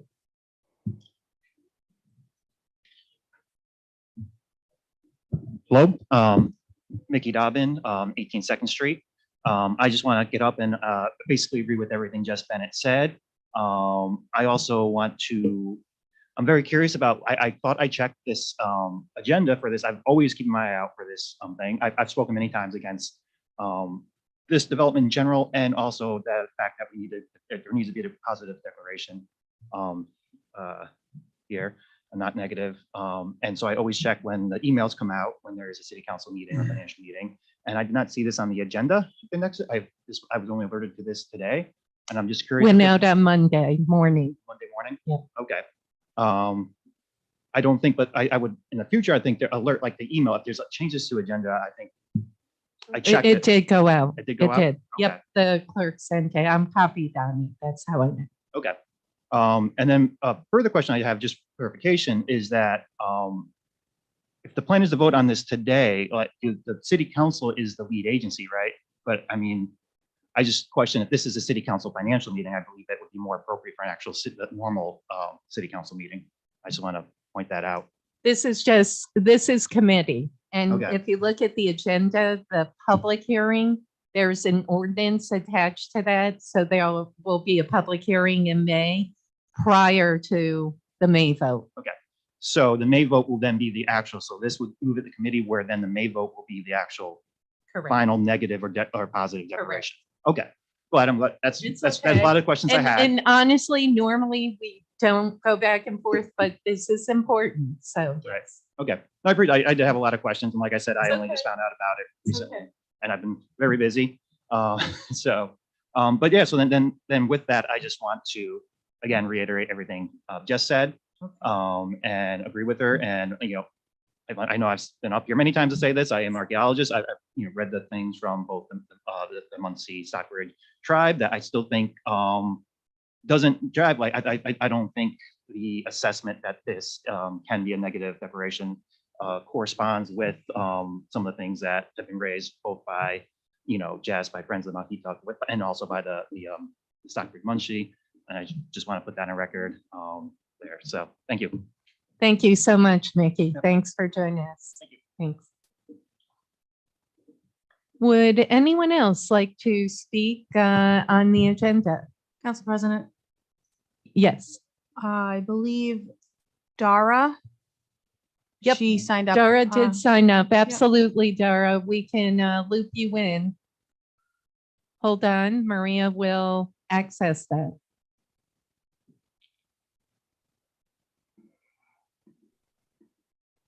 Hey, am I live? You are live. Hold on one sec. We're going to hopefully get a picture of you. I don't know that I have that button available to me in this format, but that's totally fine. Y'all have seen me before. You know what I look like. But I want to reiterate some things that both Jess and Mickey have talked about, and this is actually an overarching issue that I am having currently, trying to understand how the city of Troy is hoping to engage with the public. And this is in regards to the zoning, the rezone. This is in regards to this issue about the land at 1011 Second Avenue. This is in regards to just events that we had last year where there was tons of public participation, but it didn't seem like there was actually any conversation happening between stakeholders and decision makers. And so my larger question for the council is, what is your goal for public participation? Is it to have people show up, say things, and then all decisions get made behind closed doors? Or in this case, it seems that something was late in the game added to an agenda that we're not all on the same page of trying to make a collective decision together. And I'll say that for my part, my specialty is in agriculture. I am a agricultural specialist. I do education throughout the region. I'm contracted by RPI to do workshops. I have a very excellent pedigree in agriculture. And something that I'm noticing, particularly in discussing with the planning committee that's doing the rezone, is that that level of expertise does not exist from anyone that I've seen the city contacting. There's a lot of issues in the rules that are coming out that are pretty antithetical to what I would say is best practices on as an expert in the field. And so my question is, when these experts, that none of whom are named in Mr. Vieira's letter, when these experts say, oh no, this is not a problem, I'm wondering who those experts could be, because I was assured in the rezone that there were going to be experts that were consulted. And I can't speak to any other field other than agriculture. That is my field of expertise. And the person who the city says that they tapped to be their agricultural expert says that he was never even contacted regarding these issues. And so when I go to the city, when I go back to the zoning board it seems like there's like a shadow committee kind of doing the rezone, and it's not actually Strickman that we communicate with. It's a woman named Monica Ryan. We both agree that I have great points about some of the things that the code is written, but it doesn't seem clear to me what the method of interaction should be between me and the me and the recode. And then it doesn't seem that there's an avenue for communication between the city council and the people who are really impacted by the decision you're about to make. And so my question for the council overall is, in regards to this issue and many others, what is the goal for public participation? What do you want to see from it? And what do you expect from the public in terms of what we have to provide to make this a two-way street? So I would hope that for now we just delay making a decision, since this seems like it was a late in the game addition to the council agenda, and to put forth a good faith effort to really include the public in this comment period and not just make it an exercise in futility. Thank you so much. Thank you, Dara. And Dara, your address, just for the record, do you mind? Which one? I own several. Whichever I'm currently living at 92 Ida Street. Thank you. Thanks, Dara. Okay, would anyone else like to speak on any item on the agenda? Okay, the public forum is now closed, and we'll move right to the legislation. Council President. Yes. There are people that zoomed in, but they didn't sign up. I don't know what you. Okay. Who do you have? David Banks. Okay, bring David in. Hi, thank you, everyone. David Banks. And Hi, I would David. like to. If you could just state your address, that'd be awesome. Okay, that's against public Just law, but a it's big area. 46 Bell Avenue. You could say east side, whatever works. Thank you. Okay, well then, you asked for an address. So I don't know. I guess I'm looking at the email that Maria DeBonis sent out on Friday, and I clicked the link for the agenda. I'm looking at it right now, and it does not have this issue on it. So I don't know if there is a mix-up or something, but it's definitely, David, yeah. Once again, it went out on Monday. You'll see additional legislation, which went out Monday morning. Okay, I just searched for that. I couldn't find it. I assumed that the last thing was Friday. In any case, I just want to echo what both Mickey and Jess said, that it really does seem like I don't know. This is such a big issue. We all agree that it is. I think that like how few people are here that know about it, like speaks to the fact that this wasn't properly told to the public. So that's all. And have a great night. Thank you. Thank you, David. I'll address that when we get to the item. Thank you. Would anyone else, who else do you have, Maria? Nobody else has Okay. raised their hand. Perfect. Thank you. And we'll close the public forum. Thank you all for joining us with the public forum. We're going to jump to our CDBG items and get Carolyn on the road. Ordinance 18 and Resolution 50 will be bumped up. So Ordinance 18, ordinance authorizing and approving the filing of the City of Troy's application for funding pursuant to the Housing and Community Development Act of 1974, the McKinney Act Emergency Shelter Grant Program, and the Home Investment Partnership Program, and designating the mayor as the authorized representative of the city for such purposes. Council President Mantello, at the request of the administration, is there a motion? So moved. Motion, Councilmember Steele, is there a second? Second. Second, Councilmember Ash McPherson. On the discussion, I'd like Carolyn to hit both of these because I know that we're finishing South Troy, and then the next phase is South Berg area and downtown. So I'll let you take it away. Thank you. The areas now that we're going to be working on, I attached a map so you guys to make it a little easier. Nice. To show you what we're going to be starting and finishing this year. This is. Thanks, I can't see it. Don't worry, Kim. But you know, Kim. Damn it. I need my glasses so I can see it. Oh, and this is tiny, Kim. You would never be able to see it on the screen. Oh, this. Okay. This is actually year 2 funding of the 5-year consolidated plan, because our budget years are different from the cities. We start in July and we end in June. So the one that I attached on the front page is going to be year 3 that you guys will be approving. So that will actually be your target area 2 and part of target area 3. So year 2, the map is what we will be working on this year. So we will be starting from Washington and going all the way up to Division on 4th and Adams up to Division on 3rd and finishing. We're going to go in a little ways on Liberty both ways, just loop the corners. And we won't be doing that one section on Hill Street because CDTA is going to be coming in and doing something with the square there. Okay. Yeah. Okay. We heard about that. So we won't be touching that. When is that slated, Carolyn? Will I think next year, correct, Steve? CDTA?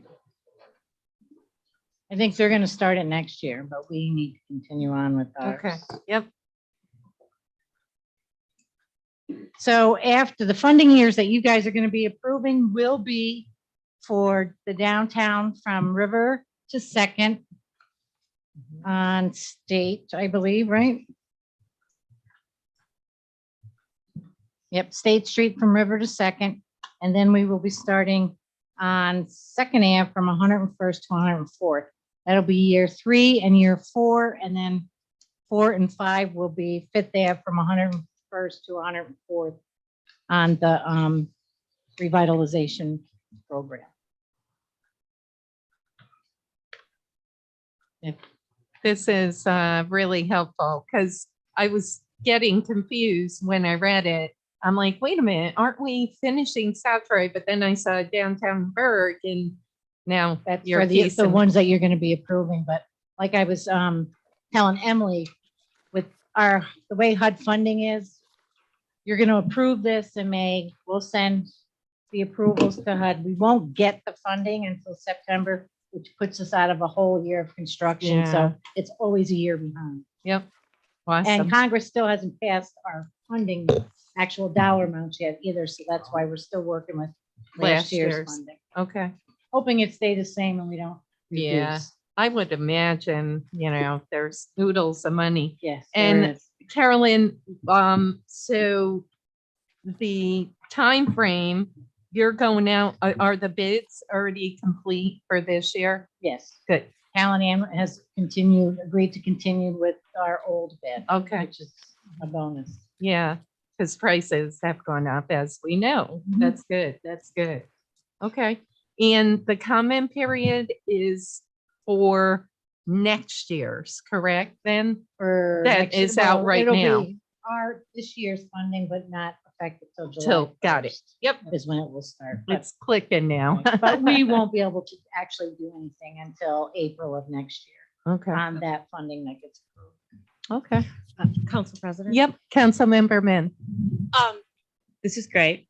And I'm happy to hear that you're willing to go work around the corner, especially if that intersection of Fourth and Division. I know that the business owner there has water that pours into his basement because of the lack of the curbing. We've paved and the lack of curbing at this point. So I'm happy to get you in touch if you need, if any of the contractors need his info. He'll be thrilled. Well, we always have our guys out so he can actually go out once they start working and go out and talk with them there in the field, which is better than having them deal with it on the phone. Yeah. No problem. Awesome. And Carolyn, I know these are pretty standard, Tom and Trip with the first home buyer program, et cetera. Has any of these dollars substantially changed or pretty much similar to prior years? Yes. Okay. Yep. Yep. And just so folks know, I did ask the Chato, the CHDO, if any ARPA, but this is total CDBG, correct? Yes, our total funding now is going to go as part of the The city's. bigger picture? Yes. Our Ah, total funding is going to be part of that. Okay, I'm glad I asked. The Choto money is going to be used in concert with the $500,000 that was approved in December of 21 for the Habitat for Humanity project in North Central. So Okay. they'll be packaged. So this will dovetail that. Right. All right. Oh, that's good. It's good to know. All right. Anything else that we should be aware of? No. Okay. Carolyn, you're always so responsive. I really want to thank you. No, you really do a good job with the CDBG. Well, it Thank makes you. it easier if everybody understands it. Yeah. You bring it to layman's terms. Thank you. Did any council members have any? Okay. Thanks, Carolyn. You're Thank you. All right. We have a motion. We have a second on ordinance 18. Further discussion. All in favor? Aye. Opposed? All right. Ordinance 18 carries 7-0. We're going to jump to resolution 50. Resolution authorizing the mayor to submit the city of Torrey's annual one-year action plan of the 5-year strategic consolidated plan to the U.S. Department of Housing and Urban Development. Council President Mantello, at the request of the administration, is there a motion? Motion, Councilmember Gully, is there a second? Second. Second, Councilmember Min. Discussion. All in favor? Aye.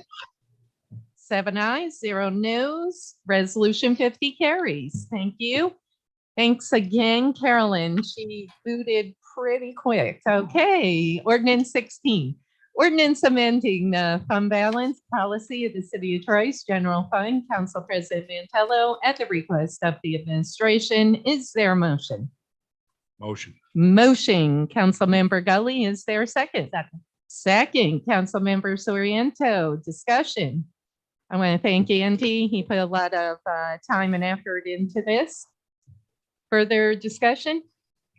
All in favor? Aye. Opposed? Sorry, opposed? Ordinance 16 carries 7-0. Ordinance 17, ordinance amending the Capital Projects Fund and Water Fund budgets. Council President Mantello, at the request of the administration. Is there a motion? Motion. Motion, Councilmember Gully. Is there a second? Second. Second, we'll give it to Councilmember Ash McPherson. Councilmember Mem feels bad for you. Andy, do you mind talking about this one? I know you're closing a number of projects, and we were discussing this this week, and we noticed the Nick Ice Rink is in there, the Knickerbocker Pool. If you could flesh this out for us, that'd be awesome. So there's really three objectives in the amendment itself. The first is to set up the accounts, excuse me, for this second phase of the water transmission project. That's the first group for the revenues on page 1, and then the top block on the expenditure page, which I think is about page 3.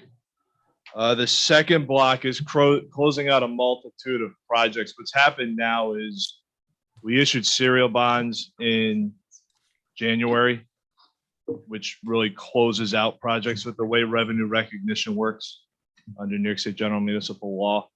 So you're seeing things like the Knickerbocker Pool project, which is funded under the American Rescue Plan. So we paid off that debt. Knickerbocker Ice Rink, which other avenues are being pursued for that facility. So that is closing. So it's closing a multitude of accounts. What triggered this was the year-end reconciliation for 2021, which when reviewing it, I noticed that there was still a substantial, obviously, number of accounts for completed projects. There are some very old projects on this list. That's what we saw. That the accounts simply were never closed. So this is another step in cleaning up accounting records from years ago. Can we stick on 2 for a second, Yes. Andy? You did mention blah, blah, blah, significant amount of short-term debt into long-term debt. Have you identified those in there? Anything with an account number, letter, dot, 4 sets of numbers, dot, 5031, or is long-term debt, and dot set, dot. Hold on. Gotcha. Yeah, so the street paving and. I'm sorry, 5710 is long-term debt, 5731 is short-term debt. So the Council President. Councilmember McPherson. So if I'm reading this right, Andy, you're saying that the South Troy Pool is short-term debt because that's a 5731? Yes, it was on short-term debt. And the garbage 2019 garbage capital fund is a long-term debt. Yes. So we converted,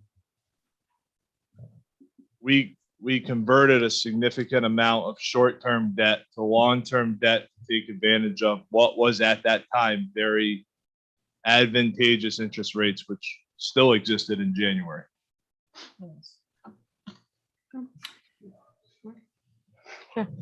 Council President? Yes, Councilmember Ash McPherson.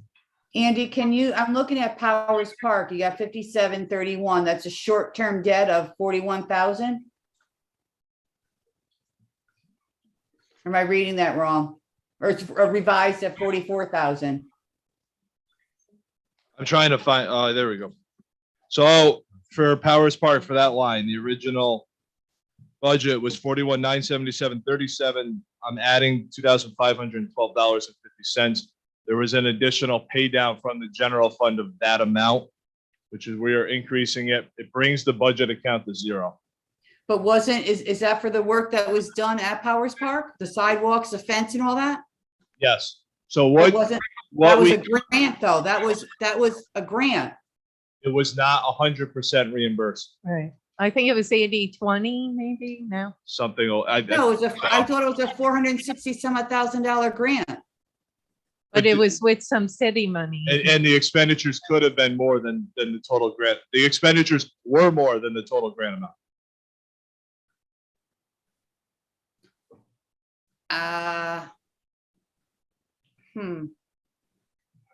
Okay. Okay, thank you. Andy, I am looking at, bear with me, I just lost it. Oh, the Skull Light. Did we lose that state grant? You minused out the 3.5? That is from years ago, like the early 2000s. So it's Yeah, just I to close recall. out all these projects. So it makes it easier to look at, to get rid of the old stuff, the old projects, and really just see what is active because of we have transitioned since 2016 of having a very delineated both capital projects and accounts in the capital projects fund. It makes it a bit easier to reconcile. Getting these accounts to zero makes it much easier to analyze. So, but the 3.5, that's still there. That project, to my understanding, is complete. Oh, was that the remediation Yes. and all Oh, that? yes. Okay. Oh, yeah, that's. So it's yeah, a combination of two things. It's a combination of the old, number two is a combination of, reference to, is a combination of significantly old capital projects. And we did not issue long-term debt from January 2020 till January of 2022 because of the interest rates. We were very strategic. When I say we, I work on it with the city's financial advisor to time when we go to long-term debt markets when it's most advantageous for the city. So we kept it on short term to take advantage of the interest rates. In the Nick pool, can you explain that one? We bonded for the 3.8 or We- explain. In the year the budget was approved on the fourth floor, Yes. that night, there were two resolutions approved.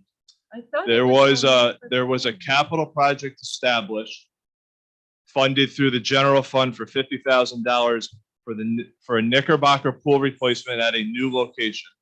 And there was a bond resolution approved for 3.8 million to rebuild the Nick pool at its current site. And the bond resolution was written explicitly for the for the pool to be at the current site. Obviously, with it being funded under American Okay. Rescue Plan at a new site, that debt has been fully paid off with the proceeds that were never used, and it was never issued in full. That's what I was going to ask. So do you have in here is it just the interest and earnings were the only And thing? so the first section is all the revenue. So what we do is when we issue debt, all of the monies go into their own separate bank account that are all interest bearing. So you're seeing a lot of the aggregate of all the interest earnings that have been earned on the debt money. And what will happen is that those funds will be transferred to the debt service fund and they will be used for future debt pay down. So it offsets future interest expenses. Okay, nice. All right. I'm getting there.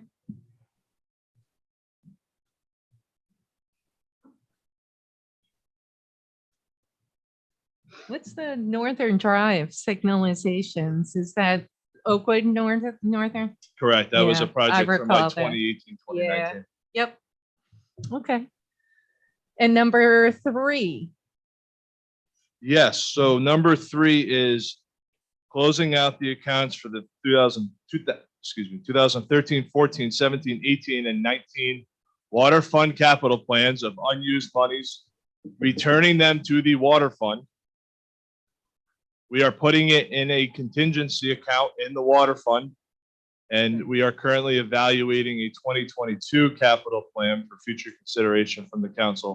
But to close out the old capital plans, essentially reset DPU's capital plan to only be 21 and 22. Okay. This is really, really helpful. Wow.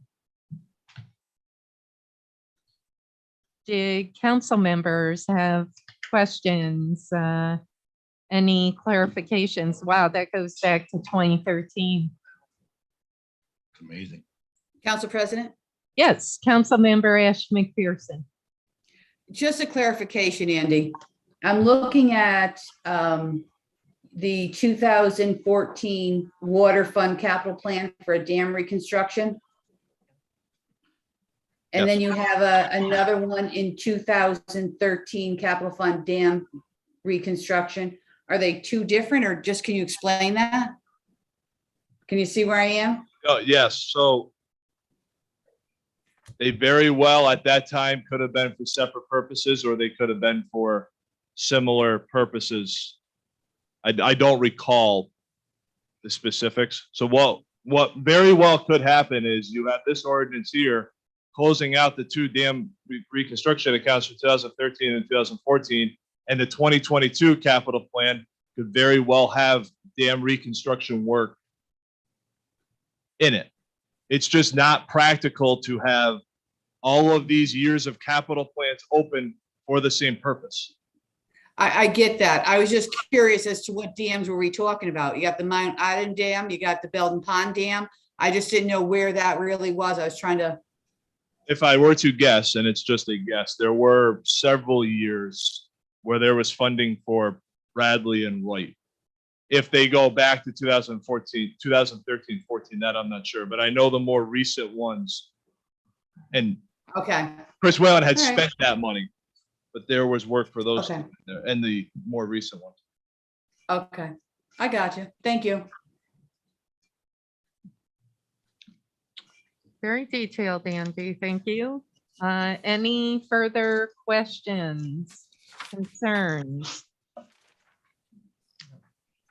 Andy, what's that Headley development one? That's a very good question. Isn't that when they redid the floor, the 5th floor? No, not 2.7 mil. I mean, that would have been 2008, 2009, Wow. judging by the account number structure. Account number. Wow, that's old. I mean, that has a project number for context of 551. We're currently in 680. Wow. Yeah. Well, I would imagine our councils and our councils are pleased with closing these items, so. all right. Absolutely. Okay, thank you, Andy. And we came under budget for Ingalls. I noticed that, right? Yes, That's good. I believe so. All right. Thank you. Thanks, Andy. All right, so bloop, bloop, bloop. Ordinance 17, we have a motion, we have a second. All in favor? Aye. Aye. Opposed? Oops, sorry, Kim. Opposed? Ordinance 17 carries 7-0. We'll jump to ordinance 19.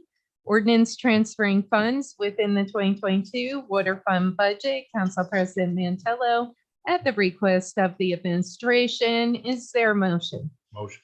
Motion, Councilmember Gully. Is there a second? Second. Second, Councilmember Soriento. Discussion. I think on this one, Andy, Councilmember Ash McPherson, didn't you have a question on the electrical charges? I mean, obviously, we've all noticed the exorbitant increases, but go ahead. I did. Thank you. I did, but unfortunately, I think Councilman Gully took my papers because I don't have my notes with the paper. There they are. So I don't know what I wrote. I think I said, what was the difference? What was the reason that there was such a big difference? I think that was it. Councilperson Ash McPherson, your question was, why was there such a dramatic increase in the cost of the supply with electric? And all I can say is that everybody got a bill last month. You all know what's from. I think that's what we discussed. Rushing us. I mean, these are exorbitant increases. Hey, they got a monopoly. Yeah. They own all the lines and all the wires. You are stuck to it Yep. until we come out with some sort of way to power a house. Anything else, Andy, we should be aware of other than the obvious? Okay. So you don't have a lead cord going from the Berg up to the. Hey, we can do that, Andy. We're close. You are close. All right. Ordinance 19, further discussion? All in favor? Aye. Aye. Opposed? Ordinance 19 carries 7-0. Ordinance 20, you might as well stay up there for this one. Ordinance appropriating funding, and he didn't move, he knew it. Ordinance appropriating funding from the general fund capital reserve for the purpose of making improvements to the Department of Public Works facilities and amending the general fund capital projects fund budgets to appropriate such funding. Council President Mantello, at the request of the administration, is there a motion?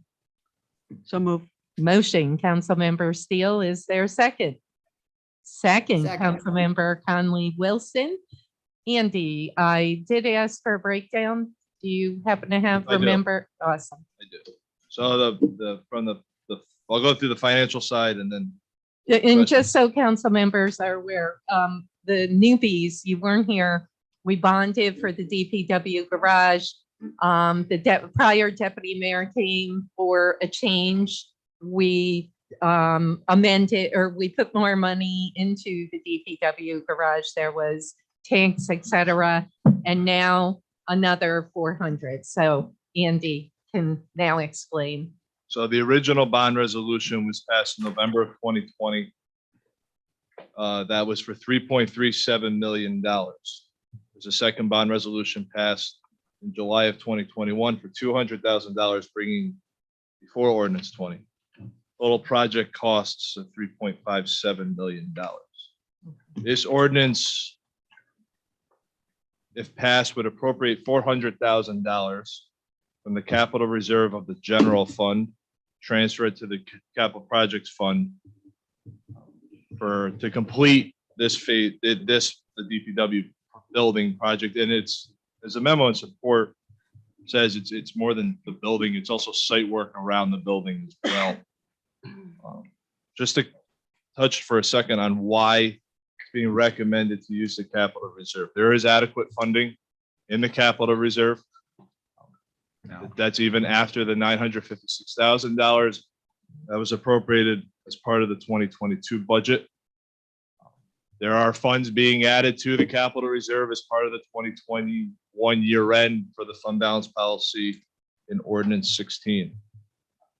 It's also a financially responsible thing to do. And it really comes down to two choices. It's a bond resolution or the capital reserve. The capital reserve right now is the better choice and recommendation being made for this.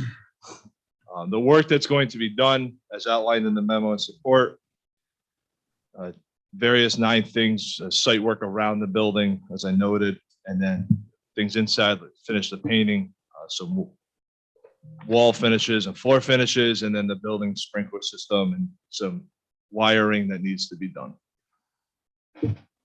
Council President. Yes, Councilmember Gully. Andy, I know this is probably not something that you might or might not be able to answer, but I'm just a little confused. Here we have a major project. We're gonna do a whole new building. We're gonna clean it up. And you're telling me that nobody ever considered the sprinkler Use system? your mic. I'm so sorry. Thank you. Nobody ever considered the sprinkler system or all floor and wall finishes when they were putting the bid in on the project? I mean, when somebody puts in a bid on a project, I'm assuming it's an in all bid for the work and telephone computer system and wiring. Why wasn't that in the original bid? Why was that in the original project? I mean, So- you think that's basic stuff. And then I want to ask you about 2 other things. So there's 2 parts to this. Number 1 and number 9 bother me. I just want to tell you that. Removal of rock and unsuitable soils, testing and removal of hazardous materials. Didn't we know this was going to exist? Or is this something to do with after we put the extra money in to move the tank? So I think I'll let Aaron speak to number 1 and number 9. Why it wasn't in the original bid, this works outside of the scope of Siemens.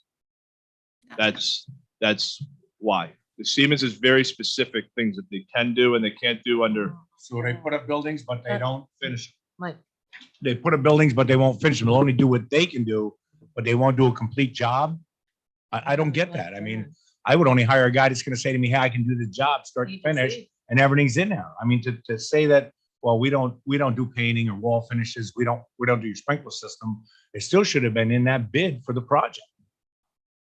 I mean, I know it's not you. I know it's not I your know what you're fault. saying. All I want you to say is I'm not gonna argue with you, because I know you know what I'm I'm not talking arguing. about. All right, good.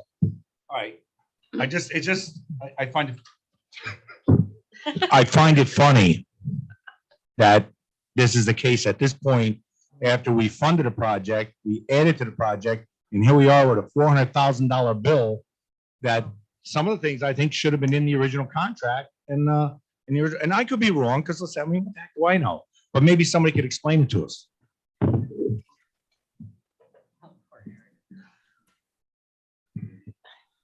And I don't think you were here, Aaron, when the bid went out. No. I may have been. I don't know. The issue is that this was left out of the Siemens scope. Siemens scope clearly did not include certain aspects. They explicitly listed those in their contract. Site work was part of that. We were required to deliver a pad-ready site to them. So the first request for additional funds, I think it was $200,000. That was relating to the removal of some unsuitable materials. I don't actually recall if they were hazardous. They may have been. They may have been disposed of as hazardous, but the real issue there was that it was unsuitable fill. It was essentially unconsolidated, uncompacted fill. It was just, what we would do for an old demo or something like that, right? We just kind of pile it all in there, cover it up, and make it the next guy's problem. Well, we were the next guy in that case. So this additional funding, most of this is for the site work.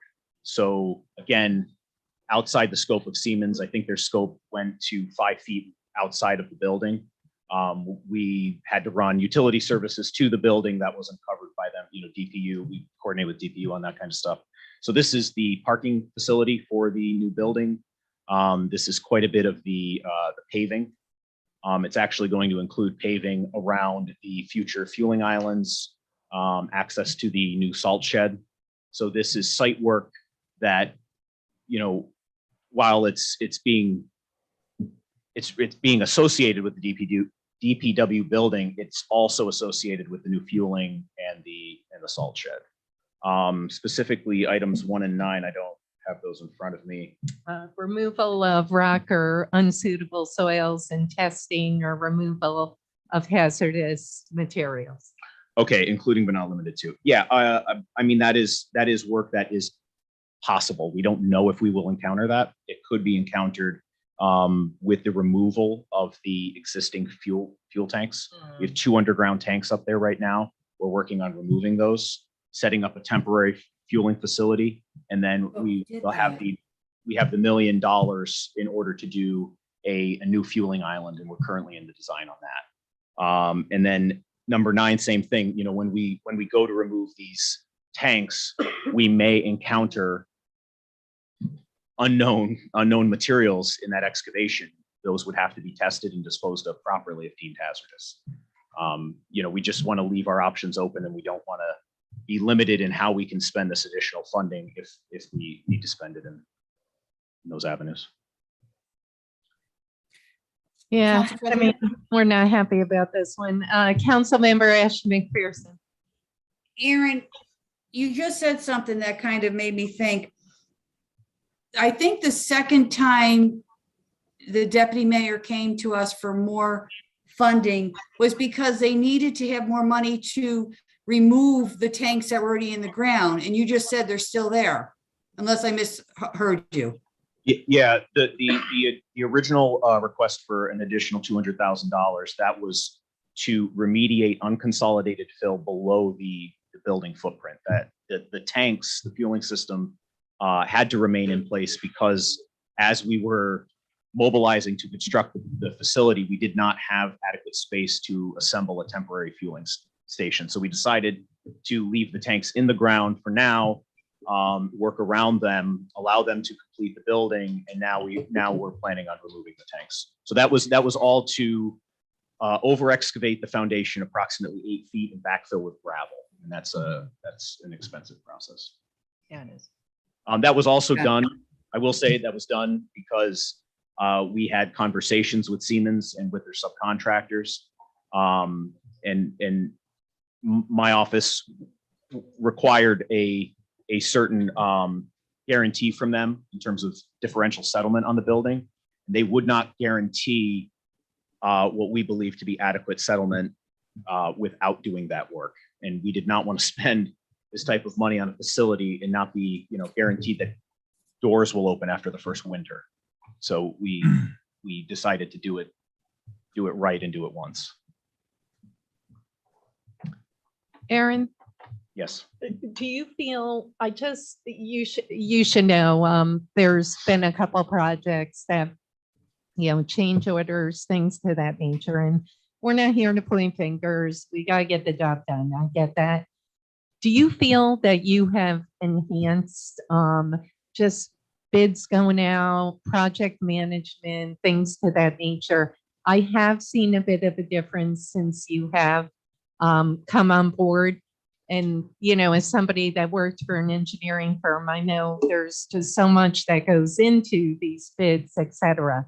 I truly believe that there was a little bit of a missing piece in prior ones. So do you feel that that has been enhanced a little better? Because this is a chunk of money and some items that really, should have been included. I'm perplexed. Why not? I get it. It wasn't part of the original contract with Siemens. But anyway, do you feel in the future, can we somehow get a better grip? Yes, Right. we certainly can. We have the ability to do a better job of predicting these costs up front. Typically, what that requires is funding for studies and investigations before we decide to build a building. There's a number of preliminary tests and things of that nature that we can do, and in my opinion, it's money well spent to avoid issues like this. Yeah. So absolutely, we can do that. And we'd rather invest upfront than, a couple times come back. Andy knows that. To what Aaron just said, we haven't seen a lot of these. You go back, and this is no disrespect to anyone. This is more a credit to Aaron. Stuff like this was much more prevalent before Aaron started. We have not seen a lot of instances like this since Aaron started with this. I agree. I agree. No, I agree. That's what I'm saying. This happened prior to you. I know that. No, this is not to point fingers, and I'm putting faith in you, Aaron, okay? Appreciate that. All right, minus parking 15. All right. Yes, I'm going to keep saying it. We're going to hash this one out, brother. I'm telling you. Not tonight. Not tonight. Does the council have an hour? Come on, let's hammer it out. No, I'm kidding. Not tonight. Now, my final question would be to Andy. What is in our capital reserve or will be in the capital reserve in terms of the final dollar amount? Yeah. And he did say in his memo that based on 2021 year end, he's close to finishing our AUD. He might have a figure for us. He does. I know he does. Pushing those buttons. That was a softball, brother.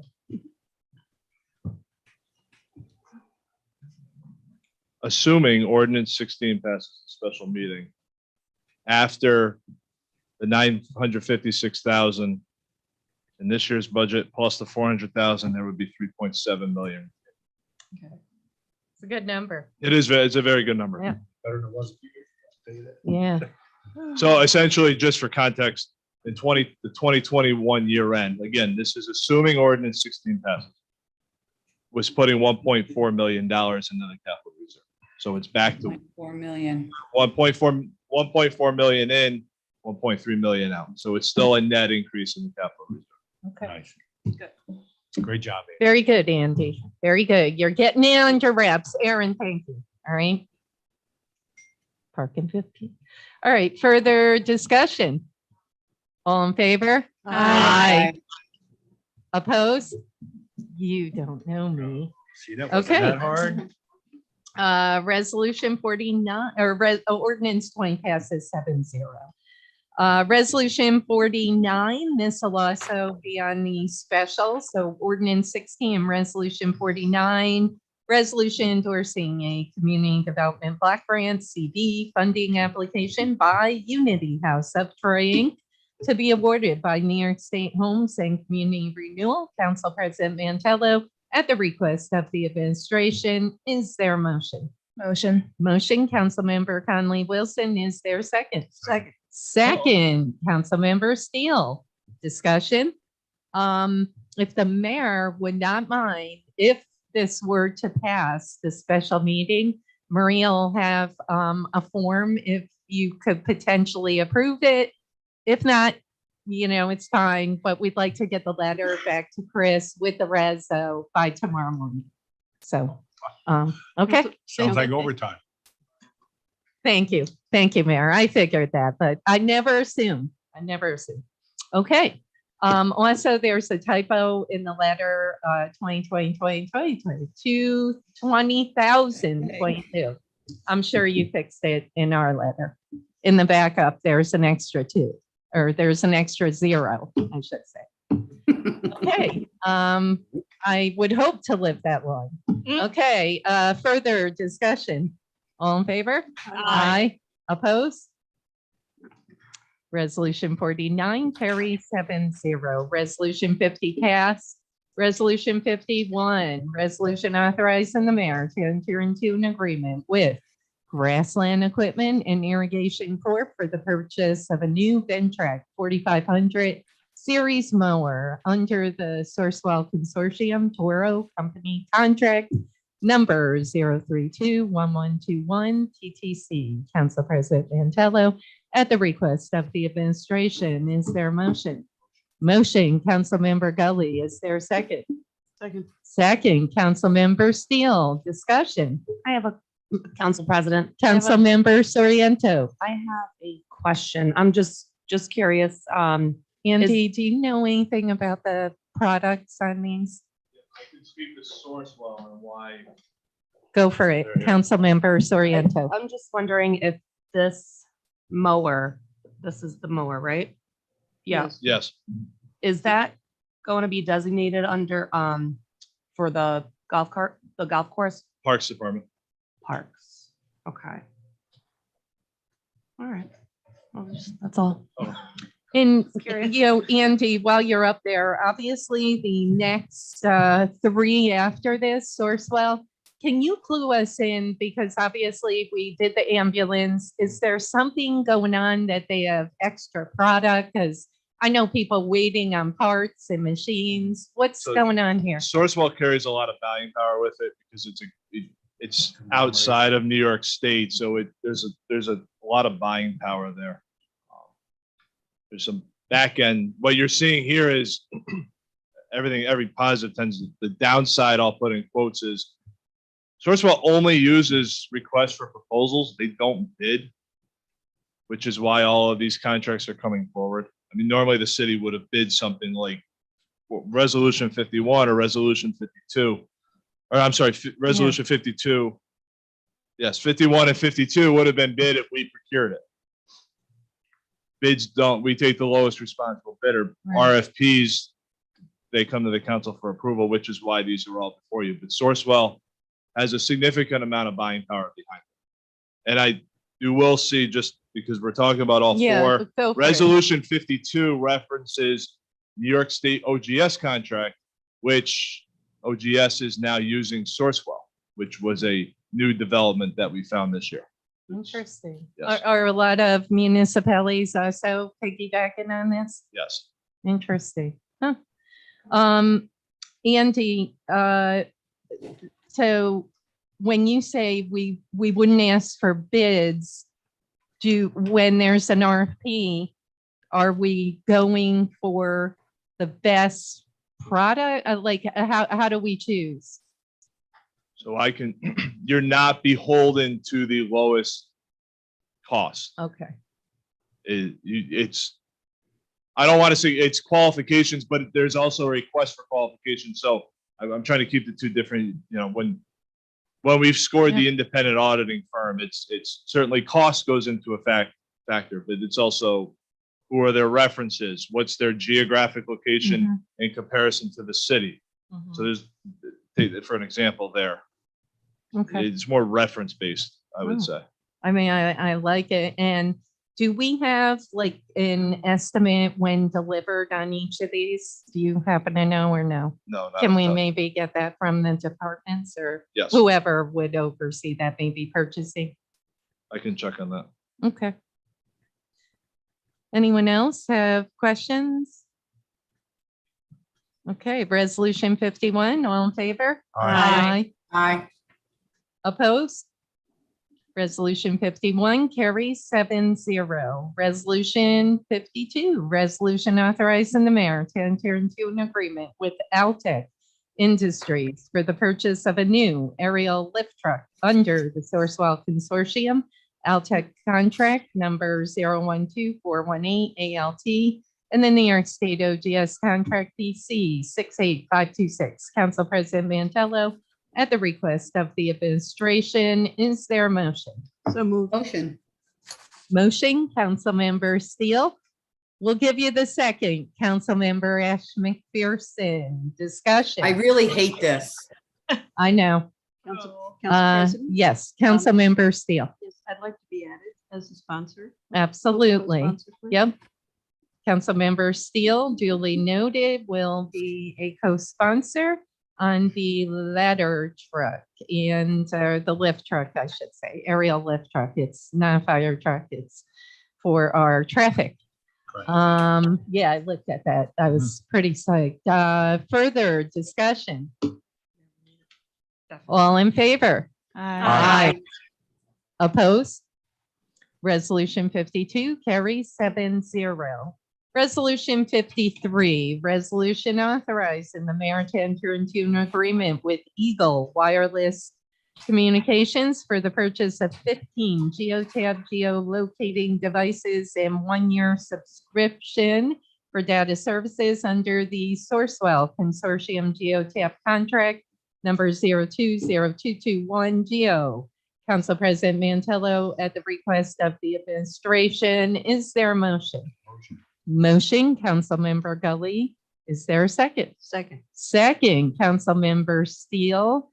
Aaron, is this our traffic with the lights, or is this something, am I? No, looking- these are slightly different devices. So what we currently have is all of our garbage trucks are currently equipped with a telematics device. So it's similar to the devices that you might have seen advertised by Progressive or something like that for, how you drive and things, right? And they can monitor the acceleration of a vehicle, its movements, braking, things like that. It can sense an accident, what have you. So we currently have those equipped on our garbage trucks in order to help us with the routing and the performance of those vehicles. What I'm looking to do is to transition from the Verizon Connect devices to a similar device that provides all of the same features, but also allows us to work with third parties to analyze that data. And my long-term goal is to use city vehicles equipped with these devices to constantly be monitoring our pavement quality and our traffic flow through the city. We're not quite sure how it's going to work with the garbage trucks. It's a little bit of a trial here, but if we're able to get some good data and make use of it, we're also planning on working separately with CDTC to do some actual visual inspections of our roadways, compare the two sets of data, see how we're doing. And then, again, it's useful to have. It helps with our paving program. It can help identify areas where maybe we need to focus on either vehicular safety or pedestrian safety, things like that. So, it's just pretty useful data. It's really what we're looking to get. Council President. Yes, Councilmember Gully. Aaron, is this specific to the garbage trucks? Or are we gonna look to expand that so that we get more coverage to see when our roads are? So the 15, we currently have 12. The 15 are the 3 vehicles that we have in engineering. Will that be expanded out throughout our fleet so we can consistently keep a good eye on I our would, roadways? I would love it if other departments would be interested in also equipping their vehicles. That would be fantastic. Do we have to get their permission? Do they have to love it? Or do we just say it's a safety and essential thing and it's very informational for us moving forward? I don't think I can require that, but you know, again, I would welcome them to consider installing these on their fleet. All right, great. Thank you.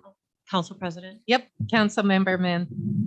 Aaron, in terms of like this being able to use third-party software, will city staff be able to like insert additional data, like dropping a pin if they see a particular problem, for instance, a trash hotspot for illegal dumping, or I believe there are some third-party applications that can do things like that. They can actually work with some of the other technologies that we may use for reporting problems and things like that. So there might be a way to, if people are reporting potholes, for instance, it could provide the crew the best route to go through and do potholes or something like that, right? I mean, there's a lot of, once you have the data, there's unlimited things that you can do with it. You just have to decide what you want to do with it. and how do you feel about the capacity on the back end to like actually analyze that information? Is that going to be something that you need more connection with IT? Well, so for the pavement quality, I'm working with a company called Carbon AI. They were incubated at MIT. They're going to perform all of the analysis for me, and their end product is going to be a map or a database of our streets and the it's called the IRI. It's essentially an international roughness of the road.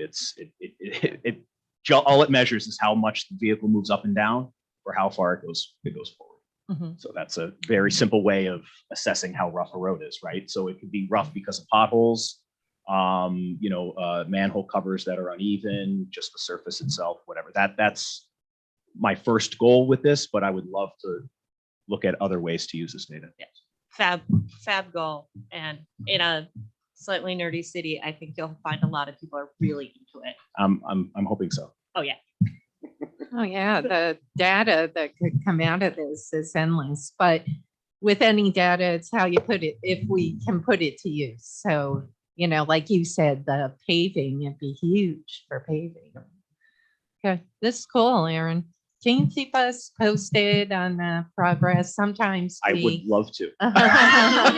Cool. Yes, I can do that. Cool. Because sometimes, we'll approve things and we get so busy and all of a sudden they'll hit us like, hey, what's going on with that project? You'll get a map the day I get one. All right, cool. Awesome. Thanks, Aaron. Thank you. All right. Further discussion. All right. All in favor for resolution? Hold on. All in favor for resolution 53? Aye. Opposed? All right.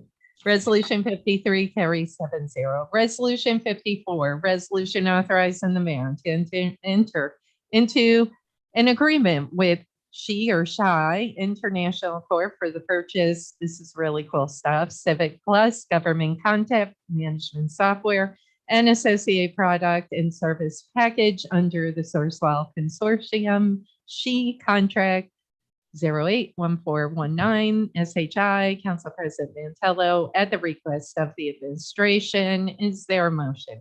So moved. Motion, Councilmember Steele. Is there a second?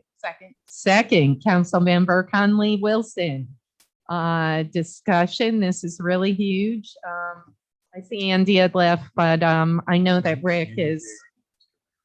Oh, okay. I know Rick is super familiar with this, but this is something we've been begging for forever. We could potentially, we'll have SMS, text messaging, much like school districts have, and upgrade our software, correct? I'm really pumped about this. Or so Quinn says. Yes. Hi, guys. I'm here if you have any questions about the implementation or what's on the agenda with their products and services. Yes, Quinn, please, give us, 3-minute lowdown and timetable. This literally is something of like a couple of us have been begging for since 2016. Take it away. What we have is Civic Engage, Civic Send, and Civic Ready on there. The company Civic Plus has also acquired C-Click Fix, which is the 311 system, kind of like a citizen engagement system as well. They're in major cities, similar to, Axon. They're basically the sole player. They're building a system that's basically just a superior product and service at this point to the competitors. They're the only ones with capabilities to mass message people at certain rates. And the features are very interesting in how they could impact the city. So for example, say there's a water main break and, it's in a certain area. We could literally, look at a map, take a lasso tool, cover a certain area and have it mass text and call people saying, hey, this is the condition of the water. And, there's many different ways, many different situations it could come in handy, especially that it does modern communication with text messages. And it does, if people have a landline, I know they're going away, but it could be an elderly person that can call people. It also integrates with the FEMA systems. So, when you see the emergency alerts on the TV, I don't know the logistics of that or how you go about taking precedence over those systems, but you can send messages to FEMA systems from Civic Ready. So it's essentially a communication system to the public. So we thought that was a priority as far as their products to get going with them. So it's also software as a service. So everything we've been trying to do, as there's more demand for this stuff and the set amount of resources in the city, it's important that we, pick the right architecture for this stuff where we're not maintaining data centers. We're not maintaining, hard drives and patches as much as we can, because we have too much of that to do already. So it's in the hands of Microsoft Azure and the Civic Plus, and it allows us to focus on, how you actually implement this in the city, how you use it, how you make it useful, how to make clear documentation. So, people can act quickly when they want to do something, when they want to say, hey, here's a water main break, or hey, avoid this road. That's one portion of it. The other portion is Civic Engage, which is the website. We've been adding more online stuff to the site, like dog licensing, and you can pay your taxes, and we want to put as much service as we can, so people can do things conveniently and quickly. I know a lot of people may say the site looks nice now, and I agree it does. The problem on our end is the stuff you don't see. It is a difficult site to maintain, and that there's a lot of different companies involved in the little pieces of software that run it, and that can be a security vulnerability.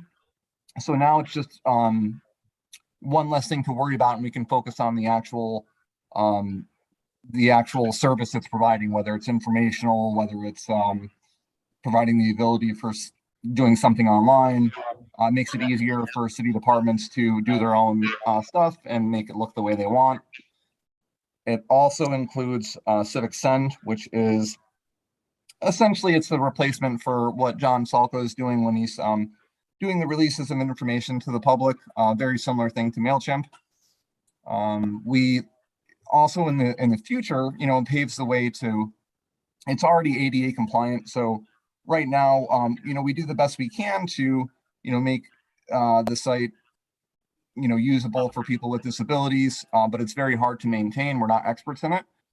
The site starts off ADA compliant, and they also partner with AudioEye, which is one of the world leaders in disability services for online services. So, it's putting us in a good position to provide good service to the public and have better communication with them. And the initial, use of the ARPA money to get that started, where it's the bigger investment with the, ARPA funding, and then it's a smaller amount of money going forward. It's a good possible opportunity. We can fit it in the BIS budget recurring down the years with the current funding, which is good news. It is a little tight with the pricing increases and the insurance company requirements, but we are able to sustain it, and it's not like it's this huge, cost every year. Once you get the initial investment going and you have the IT department build it and get it working the way the city wants and mold it to the city, it's kind of there at a reasonable cost. Well, we're really psyched. Councilmember Gully. Quinn, thank you for explaining that. Help me out. It sounds like a great program. What would be the plan to get the cell numbers or the contact with the majority of people in the city to make it useful and utilize it? Because without them plugging in, it's just another great program going nowhere. So how do we get those people engaged and into this program so it's a success?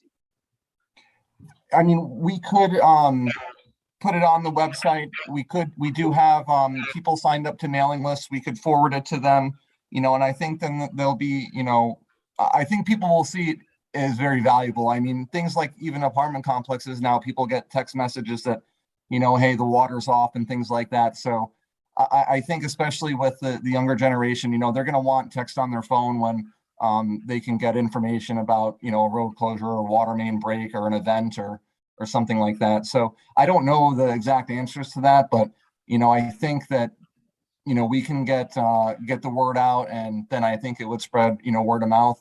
I don't know the exact answers to that question, but I think we could get it rolling. And I don't like to, try and make a case that other people are doing it, so we should do it. I think you should make the case on, the merit of it, but Albany has it, Schenectady has it, Rensselaer County has it, major cities. So it's, they're building a really solid system.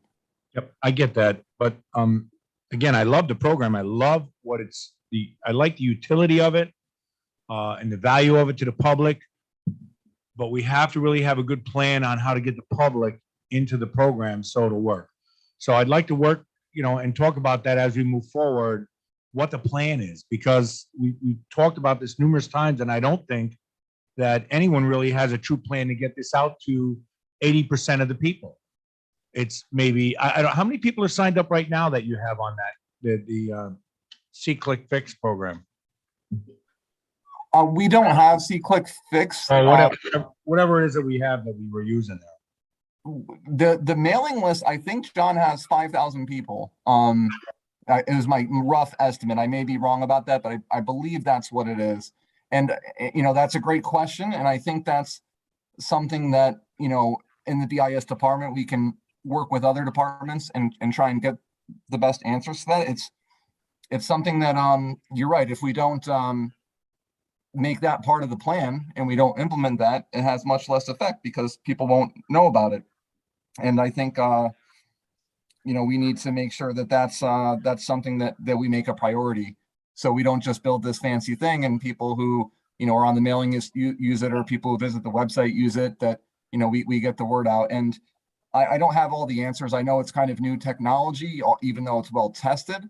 But if you look at something like what, counties have, where they have the reverse 911 system, this is just much simpler. I mean, you say, okay, sign me up for alerts related to this, and this.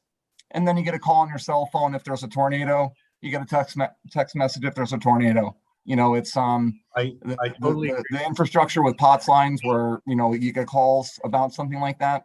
That infrastructure in the United States is being deprecated. Verizon is no longer supporting that infrastructure. So this is the way forward for a very long time. No, I agree. I agree with all that. My point is, as you said, the critical part of this is to make sure that we can get this out and engage as many of the residents in Troy as we can, because without doing that, it's just another expensive program sitting on the shelf.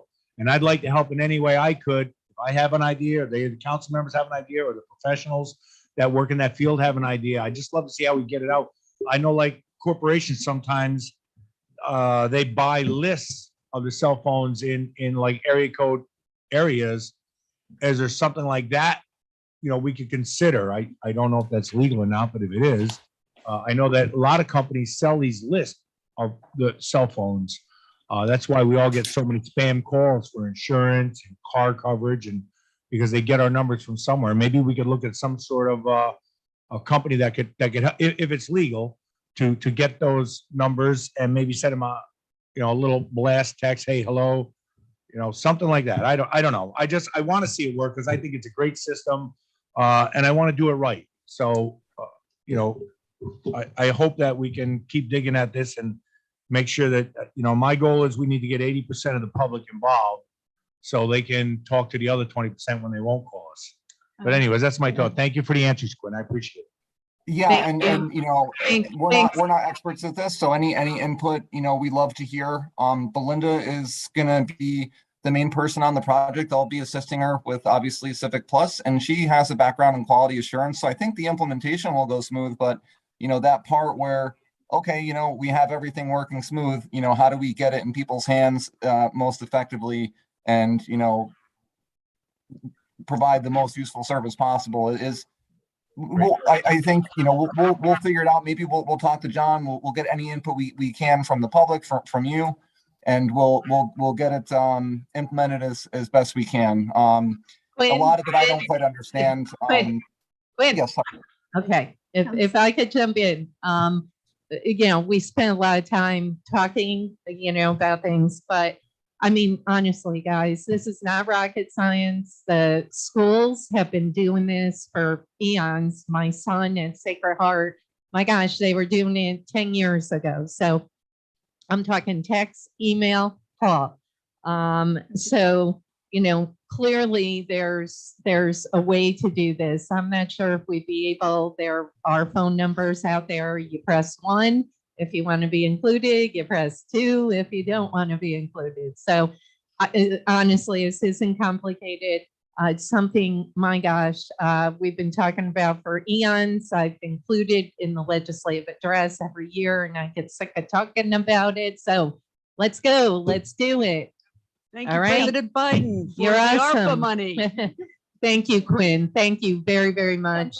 Long overdue. Councilmember Conley Wilson. I just have like one question and a quick comment.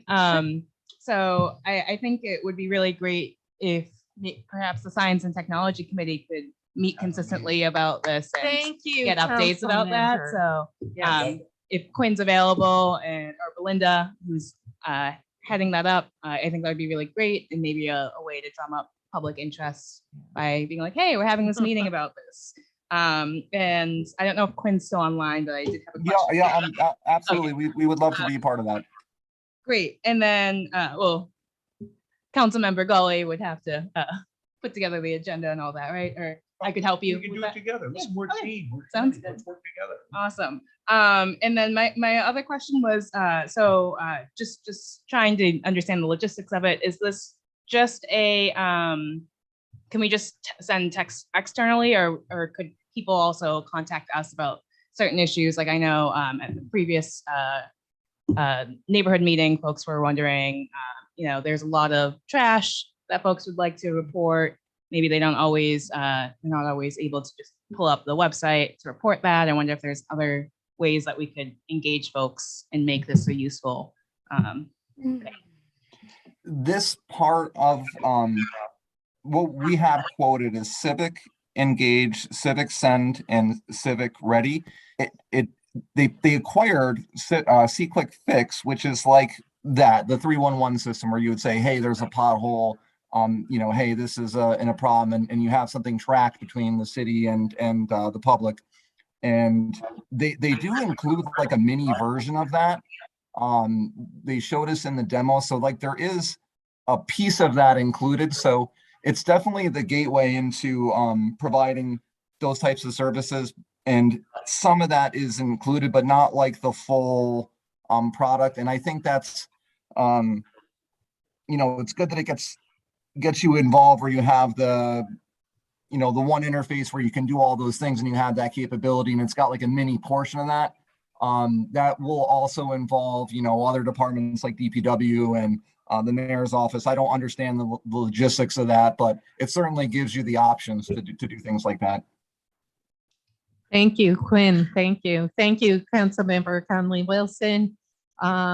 Keep us posted on that technology meeting. I know the council is itching to have one, Councilmember Gully. Okay. All in favor? Further discussion, All in favor? Aye. Opposed? Resolution 54 carries 7-0. Resolution 55.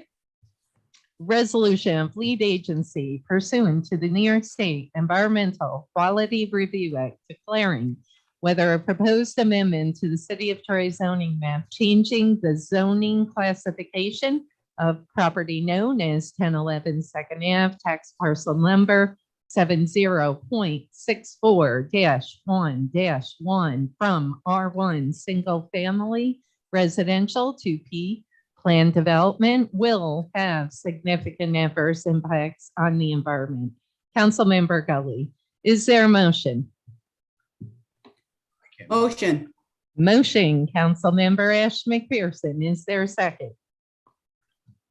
Second. Second, Councilmember Soriento. Discussion, Councilmember Gully, take this one away, please. Well, at the finance meeting, I'll just say a little bit, but I'm not going to say a lot, but I will tell you this. This was a whole new adventure for everybody on the council. I want to thank everybody in this council. We all had great communication. We scratched our heads a lot and asked a lot of questions. I want to thank the administration and the developer and his team and the friends at Amica Tux for bringing things forward so we could really look at this thing. Because for us, there's no dog in the fight for us. We have to do things in a legitimate way, a fiduciary way that we protect the laws and we protect the people. And it was tough. It was tough. But when we got into it and we started to do our research, it took a lot longer than any of us expected, right down to the last week. And I'll tell you what, it's still not over, but we're there with our points, and the committee that met with our engineer and our commissioner of economic development with about 500 pages of information from many reports from companies and individuals that we needed to assess. And I want to thank all of you for the time and effort, because it was really tough. There was a lot of pressure all the way. And I really believe we came to a great resolve and a good decision based on the laws and based on the reality of what can and can't be done in development. I think we came to a great conclusion. So that's all I have to say for tonight. Council President? Councilmember Ash McPherson. Thank you. I will agree with Councilman Gully. I'm just going to keep it short for tonight. And I do just want to iterate and say that we've been going around on this for about a year or so, year and a half, and there's been so much information given to us. And, you know, we had to sit down and really dig through this and look at all different areas of what was going on here. I learned a lot, and I learned a lot about the property. And I apologize, I'm going to say it wrong. The Mohican Tuck group gave a lot of information. Everything kept on coming back that this is private property. We don't have much say on private property, what is being done, but we actually had a lot of say in this one here, as far as looking in the information and making sure we're crossing our T's and dotting our I's. So yeah, I'd like to thank those, the administration for taking the time and listening to us and dealing with all our questions that we had. And like Councilman Gully said, the committee that we sat down with, Councilwoman Steele, myself, and Councilman Gully, we were in there for a good 2 hours, if not more. It could have been 3 hours. I don't know. There was a lot of questions and a lot of information, and we just went through this line by line. So I'd like to thank them for, listening to us and giving us the opportunity to ask all the questions that we needed to ask. So thank you. Steve, why don't, do you mind just process wise? A couple of things. I think there were a couple of comments like folks think, okay, tonight this is it, blah, blah, blah. It's not. There's a lot of steps here. Can you walk, not just for the council, obviously, we're aware, but for folks watching, and clarify the process, where we were, where we've come, where we're going? Sure, and I'd like to point out a couple things before I get to that. Even though the resolution says will not have an impact, the agenda says will have an impact. So I just want to, that was just pointed out to me. Also, there was questions. We received a county referral comments back, I remember it was yesterday that I shared with everybody. Again, that's part of our requirement whenever we're working near county land, near county infrastructure, or near a municipal boundary, we have to inform the county of the project we're undertaking. I did that at the 239M referral. We sent that to them, and this is the comments that they sent back. And basically they're saying they have no objection. It's your jurisdiction. They are pointing out a number of other things that not necessarily you, but the planning commission or whoever might want to consider in the future. Some of them I think are not well-grounded. In fact, there's no tapping into the Waterford sewer line or Waterford water line, for instance. So anyways, I just wanted to clarify that. And again, it's been mentioned that are we acting on just a zoning change? There's a bigger project here. And through this whole process, we have always been totally aware of the planned development, what the planned development of this project is. And we've always been looking at 3 buildings and the full utilization of that 10-acre site. So I just wanted to clarify that. So right now, Steve, yep. Can we stay on the county suggestions real quick? A couple, I thought, suggestions from Linda, minor ones, are worthy and should be looked at, but explain that in terms of, when you get to the next steps. This has a long way to go with the planning commission also. Okay. Well, it does. So, I mean, again, you are going to, if we get after this, if the negative declaration is adopted, then there's 2 other items on here. That will be the zoning change and the public hearing. If that all happens, then it has to go to the planning commission. And I'll talk a little bit more about that. I think there's things that we probably should add to the ordinance. There are things that the developer has promised to do, such as the public park, the overlook. You could talk about now. Let's. Okay. So I think that the ordinance as written, which is just a piece right now of the resolution. It's like And, the and last. just for folks out there, the ordinance is part of the backup of resolution 56. We are going to make a motion when we get to 56 to amend that to incorporate what Steve is talking about. Go ahead, Steve. Sorry. Okay, so that's, I think that section 3 should be expanded out to include at the end of it, plan development district, and then add with the following conditions. And we should add in substantial conformity with the plan as submitted on the long environmental assessment form, or the narrative that came in from the developer in October, that the developer must install a required sidewalk down to Hannaford, that there will be the riverfront access trail.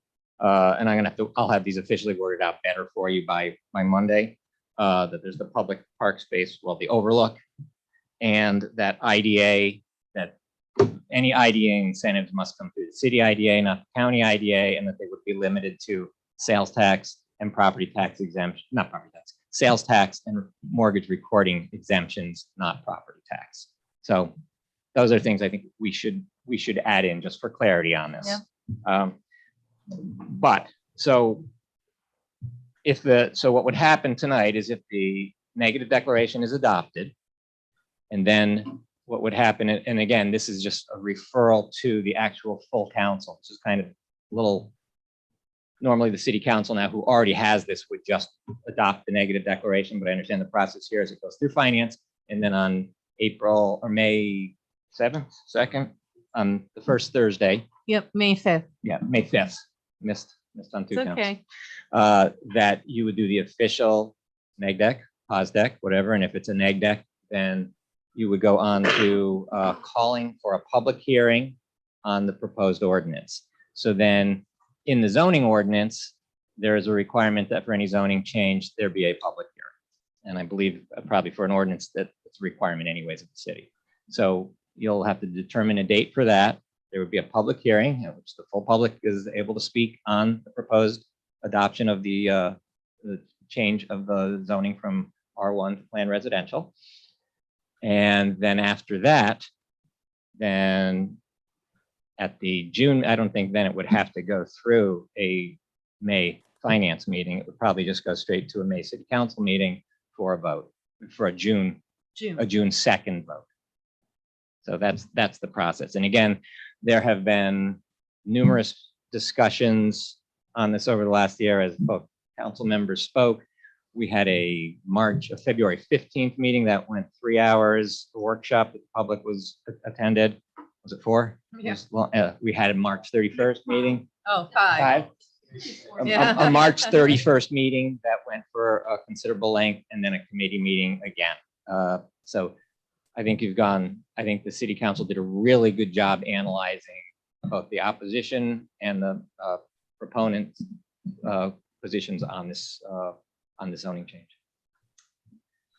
Thank you, Steve. I think that was helpful. Did council members have any questions for Steve or Aaron or Rick? Chair. Councilmember Ash McPherson. Steve, are you saying we have to do an amendment to 55?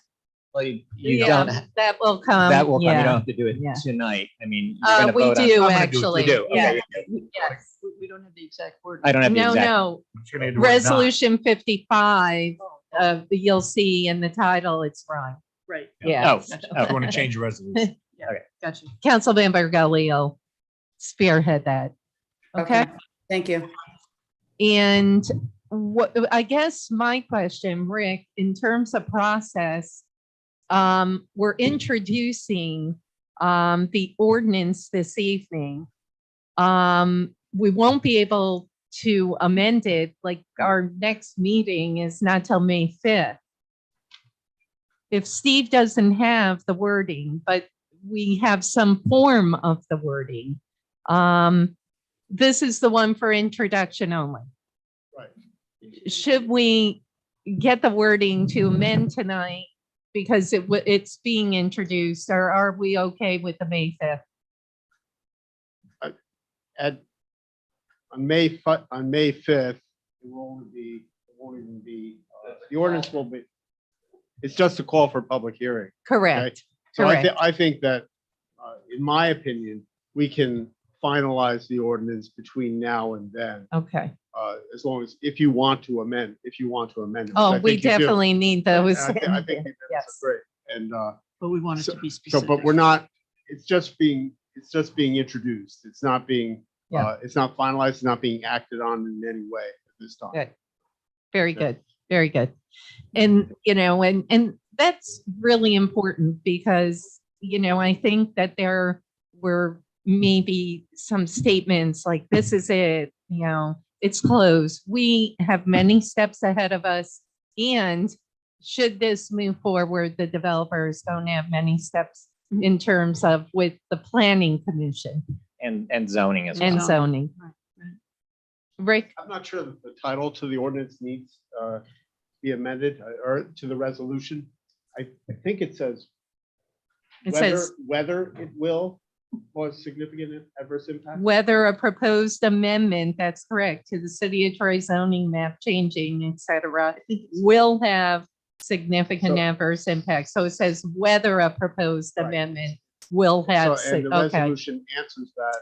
And the way it's currently drafted is a Okay. negative declaration. okay. But you're free to decide however you want. My concern was just how it was on the agenda, where it says it will have. It doesn't though, it says whether. It- Yes, yes, Okay. yeah, Uh-huh. yes. And when I first read it, and while I was reading it out loud, but the weather. Right, right. Yeah. Okay. Yep. Well, that saves us a step. Okay. There you go. Thank you, Oh, Aaron. okay. I see it. now. Yeah. Aaron, did you want to add anything? I know you have many hours invested in this. Steve, did you want to add anything else? You started walking up. No, I wanted to add in that I couldn't have done this without Rick and Aaron. Yeah.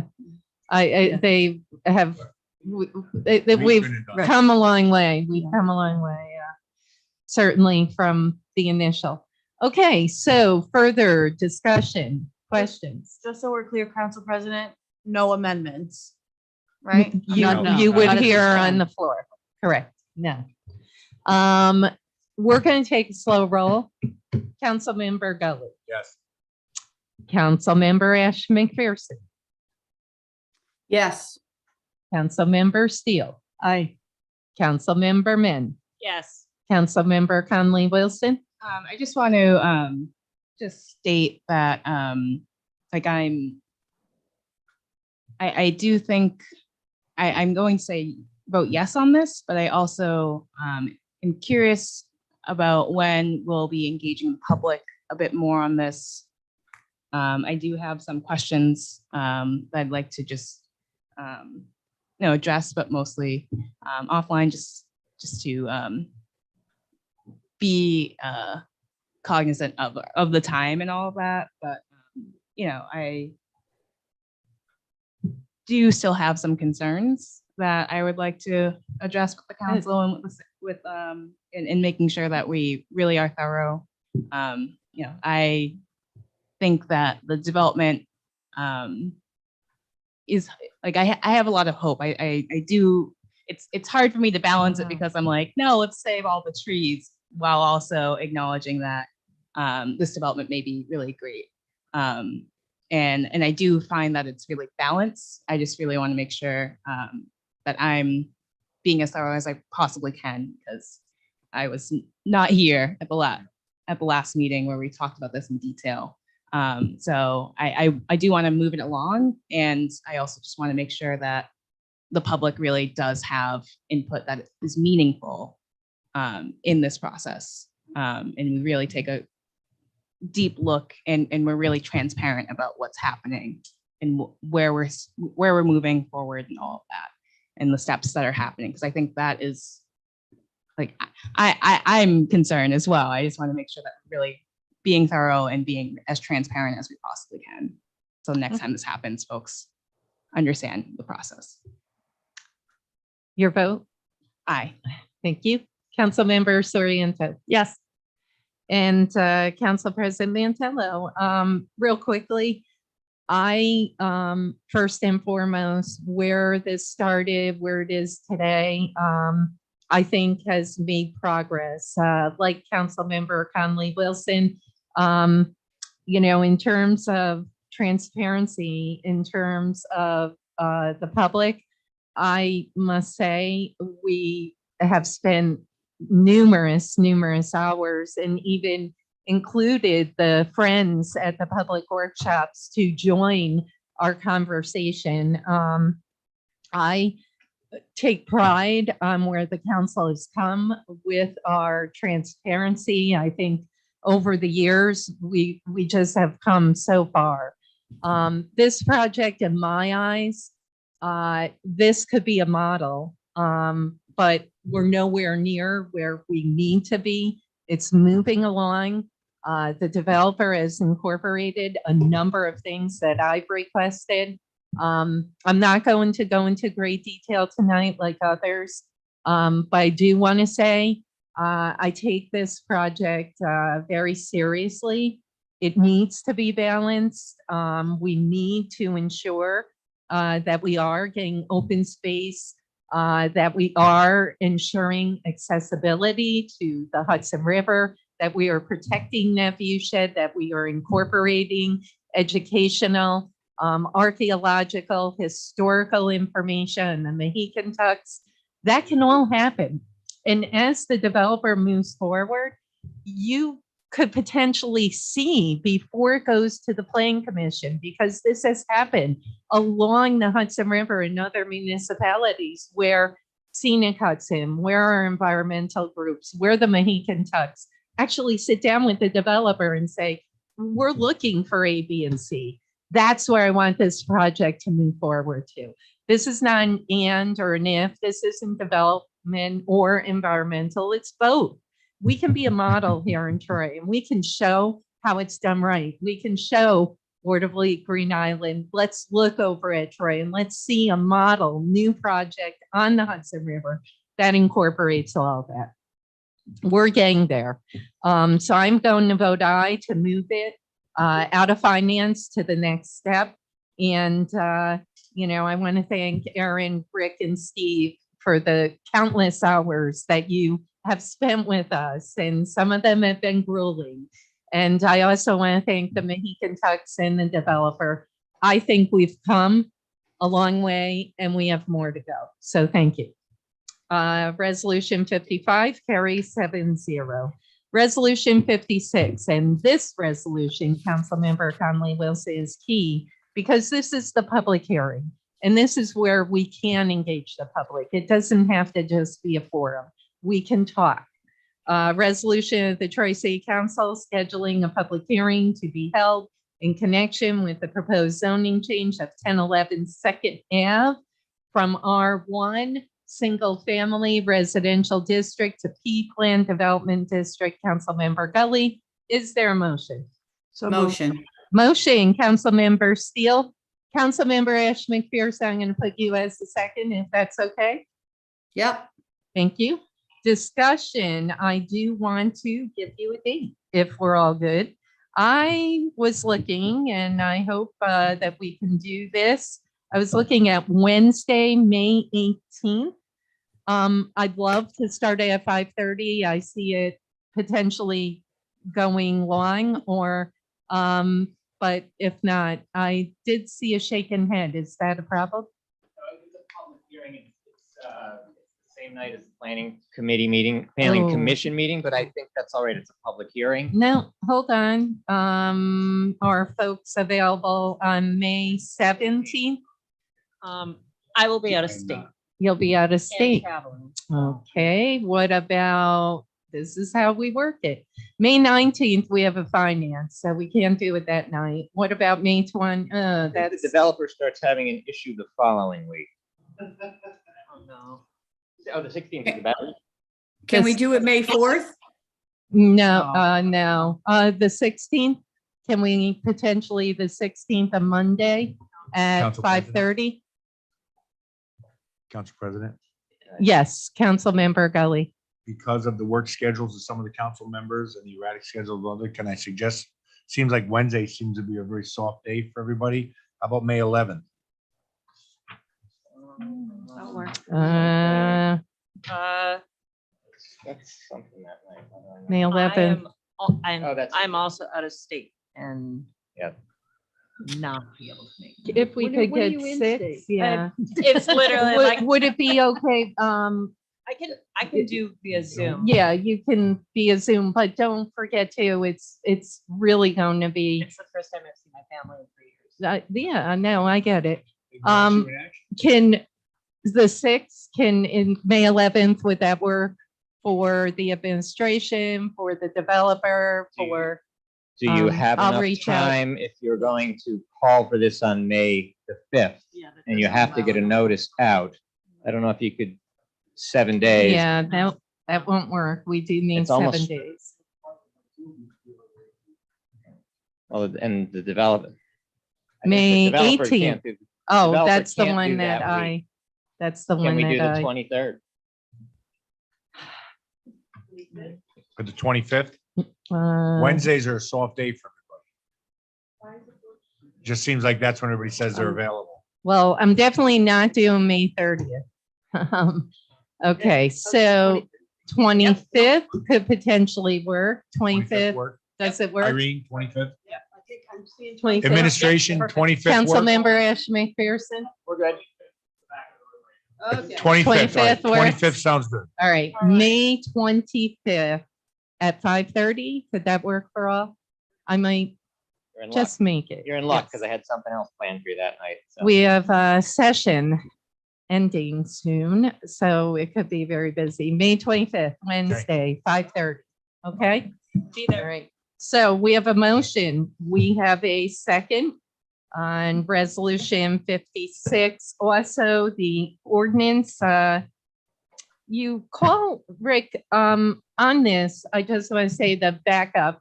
It said for introduction only ordinance, but in the corner it said local law. Okay. Hold on, sorry. That's the one I saw. Yeah.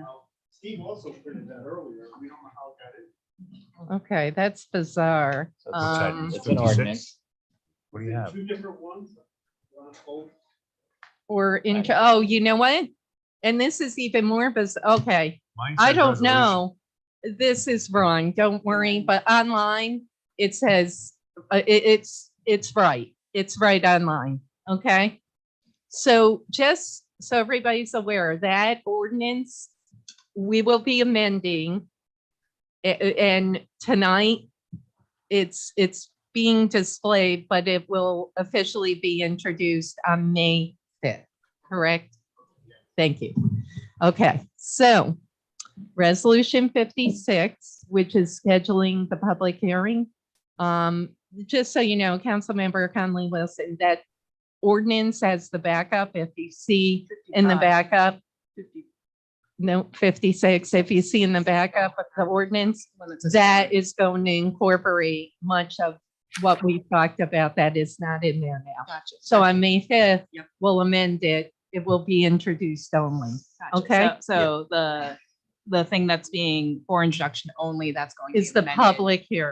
public hearing only. 56 is the public hearing. I guess I'm just a little bit confused looking at this agenda because there's a public hearing, that's resolution 56. There's a attached letter, I believe. The memo from Yeah, Steve. from Steve. And then there's another page that says for introduction only. That's the ordinance that will be amended at the May 5th meeting. Okay, just want to make sure I'm understanding. And that's why I wanted Yeah. to be really clear. I just have a question. Sure. For drafting purposes, you basically want a number of conditions, more or less on the line of what we discussed previously, Yes. holding the developer to his promises. Excuse me. Thank you. You want a number of conditions holding the developer to his promises regarding public access, building Yes. sidewalks and all that. Correct. Okay. Correct. Exactly. Yep. You're good. Good. Okay. Good. All right. Perfect. Further questions, discussion. All right. All in favor? Aye. Opposed. All right. Resolution 56 carries 7-0. I will take a motion to adjourn, but you cannot leave. We have a special meeting for 2 items. Motion, Councilmember Gully. Is there a second? Councilmember Steele and everyone. Second. All in favor? Aye. Aye. Opposed. Okay, thank you. We will now go into the special meeting that was scheduled for 7:30. We need to adjourn. We need to adjourn this meeting, right? I did. Yeah, we Oh. did. Sorry. Okay, so I will now open the special meeting and we'll stand for the Pledge of Allegiance. I pledge allegiance to the flag of the United States of America and to the republic for which it stands, one nation, under God, indivisible, with liberty and justice for all. Thank you. Roll call. Maria.